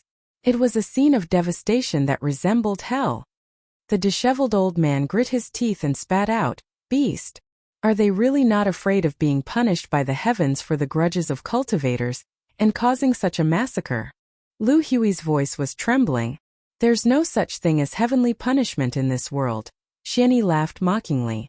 The old immortal Crane continued. After more than half of the city was massacred, cultivators of the Fiend sects arrived. Their leader was the pure maiden of the Fiend sects, and they fought a huge battle against Glass Palace before they were forced to retreat. In that case, there's a high chance that Pure Maiden sect was the one who rescued Su Hong. That should be the case. Thankfully, the Fiend sects appeared. Otherwise, the mortals in Yen City, everyone from Misty Peak discussed, but their voices came to an abrupt stop. Everyone went silent. The immortal sects were the ones who killed, but the fiend sects were the ones who saved. It had to be said that this was truly ironic. Who was the immortal and who was the fiend? Right from the beginning, Misty Peak's foundation was to slay demons and protect the masses. But now, when the words "thankfully, the fiend sects" appeared were said, everyone's beliefs in the past were gradually crumbling. Suzimo was a demonic cultivator. Were they going to kill Suzimo? The fiend sects had already saved the masses. Were they going to slay the fiend sects as well? The former disciple of Misty Peak, Yen Beichen, was a fiend. Furthermore, he was the greatest fiend of all fiends, Shura. However, Yen Beichen had once said that he had killed countless people in his life, but he had never killed a single mortal. Shura was a killing god, but he did not kill indiscriminately. Compared to everyone from Glass Palace, a fiend as such was many times more powerful. After a moment of silence, just as everyone thought that the matter was over, the old immortal crane pursed her lips and took a deep breath before continuing. Everyone from Glass Palace retreated, but they were indignant. In order to vent their anger, they massacred 13 cities along the way. What? Everyone from Misty Peak was shocked. Within a single day, countless people in the territory of Yin country lost their homes and their families. The death toll alone is more than 30 million. No natural disaster would be as terrifying as this. True disasters were all man-made. Xianyi gripped his fists and said coldly, even if Glass Palace is an immortal sect, aren't they afraid of incurring the wrath of the entire cultivation world by killing the innocent? They have sufficient reasons. The old immortal crane shook her head with a look of mockery in her eyes. Glass Palace declared that the appearance of the pure maiden sect of the fiend sects in Yin country proves that Yin country is colluding with the fiend sections. The mortals of Yin country have long fallen into the fiend path. Glass Palace is slaying demons and defending the righteous path. Everyone from Misty Peak felt a sense of helplessness surge through their hearts and their chests felt stuffy. That reason sounded so laughable and ridiculous. Everyone knew that Glass Palace massacred mortals because they were indignant and were trying to vent their anger. However, nobody could refute that. That was how the world worked. Strength reigned supreme. Everyone from Misty Peak knew the ins and outs of everything and knew that the mortals of Yin country were innocent. However, how many of them could truly see the truth? There were probably countless mortals in other vassal states and other corners who were unaware of the truth and applauded in gratitude that immortals had appeared to eliminate demons and defend the righteous path for them. Mortals at the bottom of society were the easiest to deceive and fool.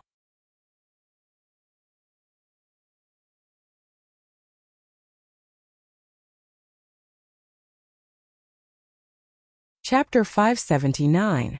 It had been a month since the Paragon Battle of the Great Qian Ruins.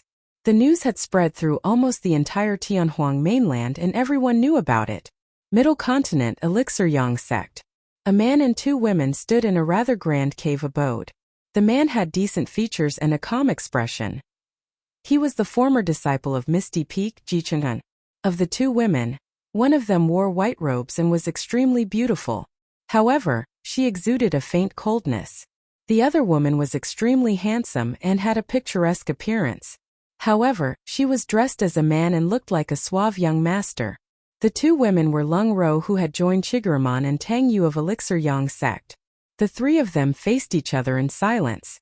The atmosphere in the cave abode was a little tense. Heis. A long time later, Jichentan sighed gently and asked, has the news been confirmed? Did junior brother Su truly jump into the Dragon Burial Valley? Yes, Tang Yu nodded. Many people witnessed this personally. It can't be fake. Lung Ro remained silent the entire time and her gaze turned colder. Ji Chengtian shook his head and sighed emotionally.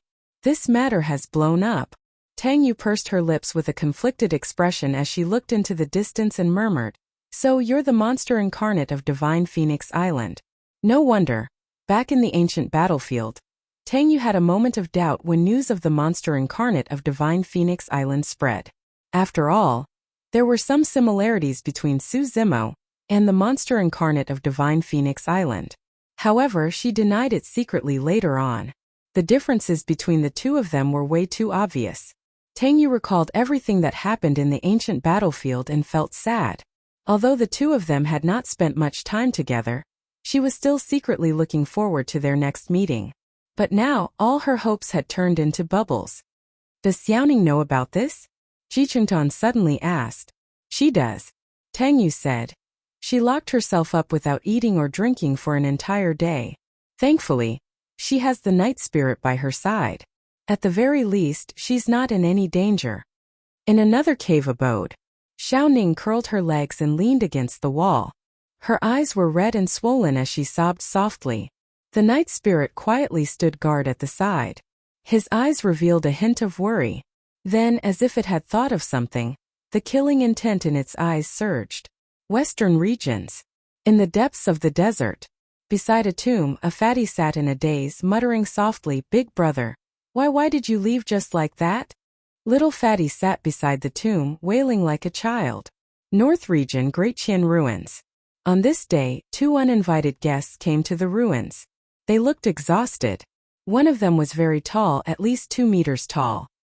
His limbs were long and slender, and his hands hung down naturally, reaching past his knees. The tall man held a long staff in his hand. His eyes were fierce and there was a hint of red light in them. The other person was bare-handed. Although he was a little shorter, his body looked stronger and sturdier. Both of them had extremely long and heavy body hair. Although they were in human form, the demonic qi they exuded could not be concealed at all. 2 demons. If Su Zimo was here, he would definitely be able to recognize that the 2 men were Monkey and Ling Hu, who had been missing for many years. Monkey barged into the depths of the ruins with a long staff in hand and broke through the encirclement of the otherworldly soldiers, charging straight for the Dragon Burial Valley. Ling Hu supported from behind, repelling the otherworldly soldiers that rushed up from behind. After not seeing each other for more than a year, Monkey and Ling Hu had already formed their inner cores. Not only did their cultivation realms not fall, their combat strength was rather frightening as well. It was especially the case for Monkey. No otherworldly soldier could defend against the direction of his staff. With a single strike, they were reduced to ashes. Before long, Monkey and Ling Hu arrived at the edge of the Dragon Burial Valley. Looking at the cliff beneath his feet, Ling Hu felt a wave of dizziness and could not help but gasp, retreating a few steps back instinctively. Monkey narrowed his eyes as well. In the Dragon Burial Valley, they could sense an extremely terrifying aura and energy fluctuation that was shuddering. "Boss, let's head back. This is the territory of the human race after all." "I can't help but feel uneasy." Ling Hu's expression was terrible. Demons could speak in human tongue after cultivating their inner cores.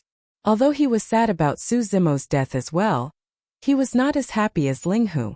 After all, he was not like Monkey, who traveled thousands of miles day and night just to catch a glimpse of the place where Su Zimo died. "Boss, there's no point in you watching here. He's already jumped down." Ling Hu persuaded again.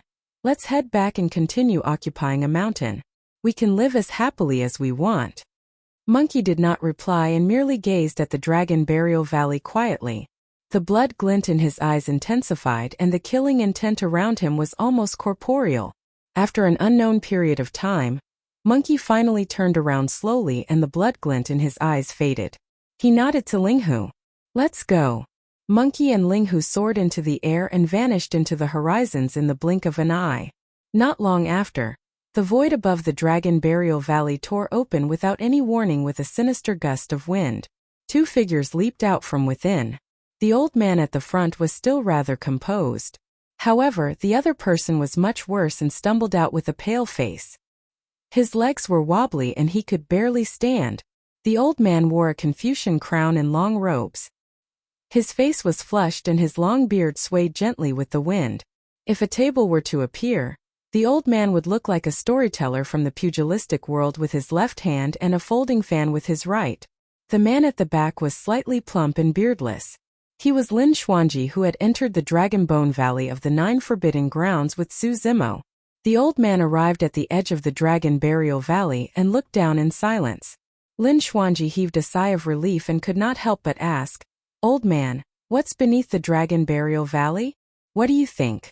The old man glanced at Lin Xuanji and asked instead. "It's nothing more than a ground full of corpses." As Lin Xuanji said that, he caught sight of a strange expression on the old man's face. A thought flashed through his mind and he jumped in fright when he thought of a possibility. Old man, there can't be anyone alive down there, right? Heh. The old man gave an odd laugh as a silent acknowledgement. Lin Xuanji rubbed his chin and said in a deep voice, "In that case, that lad might still be alive." Lin Xuanji revealed a delighted expression and chuckled. "I knew it. That lad's life is tough. How can someone who is still alive after eating a dragon egg in the Dragonbone Valley die so easily?" However, the old man shook his head with an indifferent expression. "What you said isn't the key to this matter." Ah! Lin Xuanji was confused. The old man continued, "The key to this matter is that even if Su Zimo isn't dead, he's no different from being dead." Lin Xuanji was deep in thought. The old man continued, "Don't forget, that lad's Jin Dan is destroyed and his inner core is shattered. It's equivalent to his entire cultivation being gone. Even if he's alive, he's no different from a mortal." Realization dawned on Lin Xuanji. The old man was right. With his Jin Dan destroyed and his inner core shattered, Su Zimo was no longer the #1 monster incarnate of history. So what if he was alive? Lin Xuanji would never have the chance to take revenge. The old man lamented and sighed gently. Back then there was an expert behind that lad who spent a lot of effort to change his fate. Unfortunately, he couldn't win against fate in the end. You're tuning in to the Li Mei's Wuxia Whispers YouTube channel. We're so grateful for your support, and don't forget to subscribe to join us on this incredible journey through captivating stories. Your generosity through donations truly makes a world of difference, as it's the primary source of revenue that allows me to expand and enhance this channel for you. Thank you from the bottom of my heart for being a part of this adventure.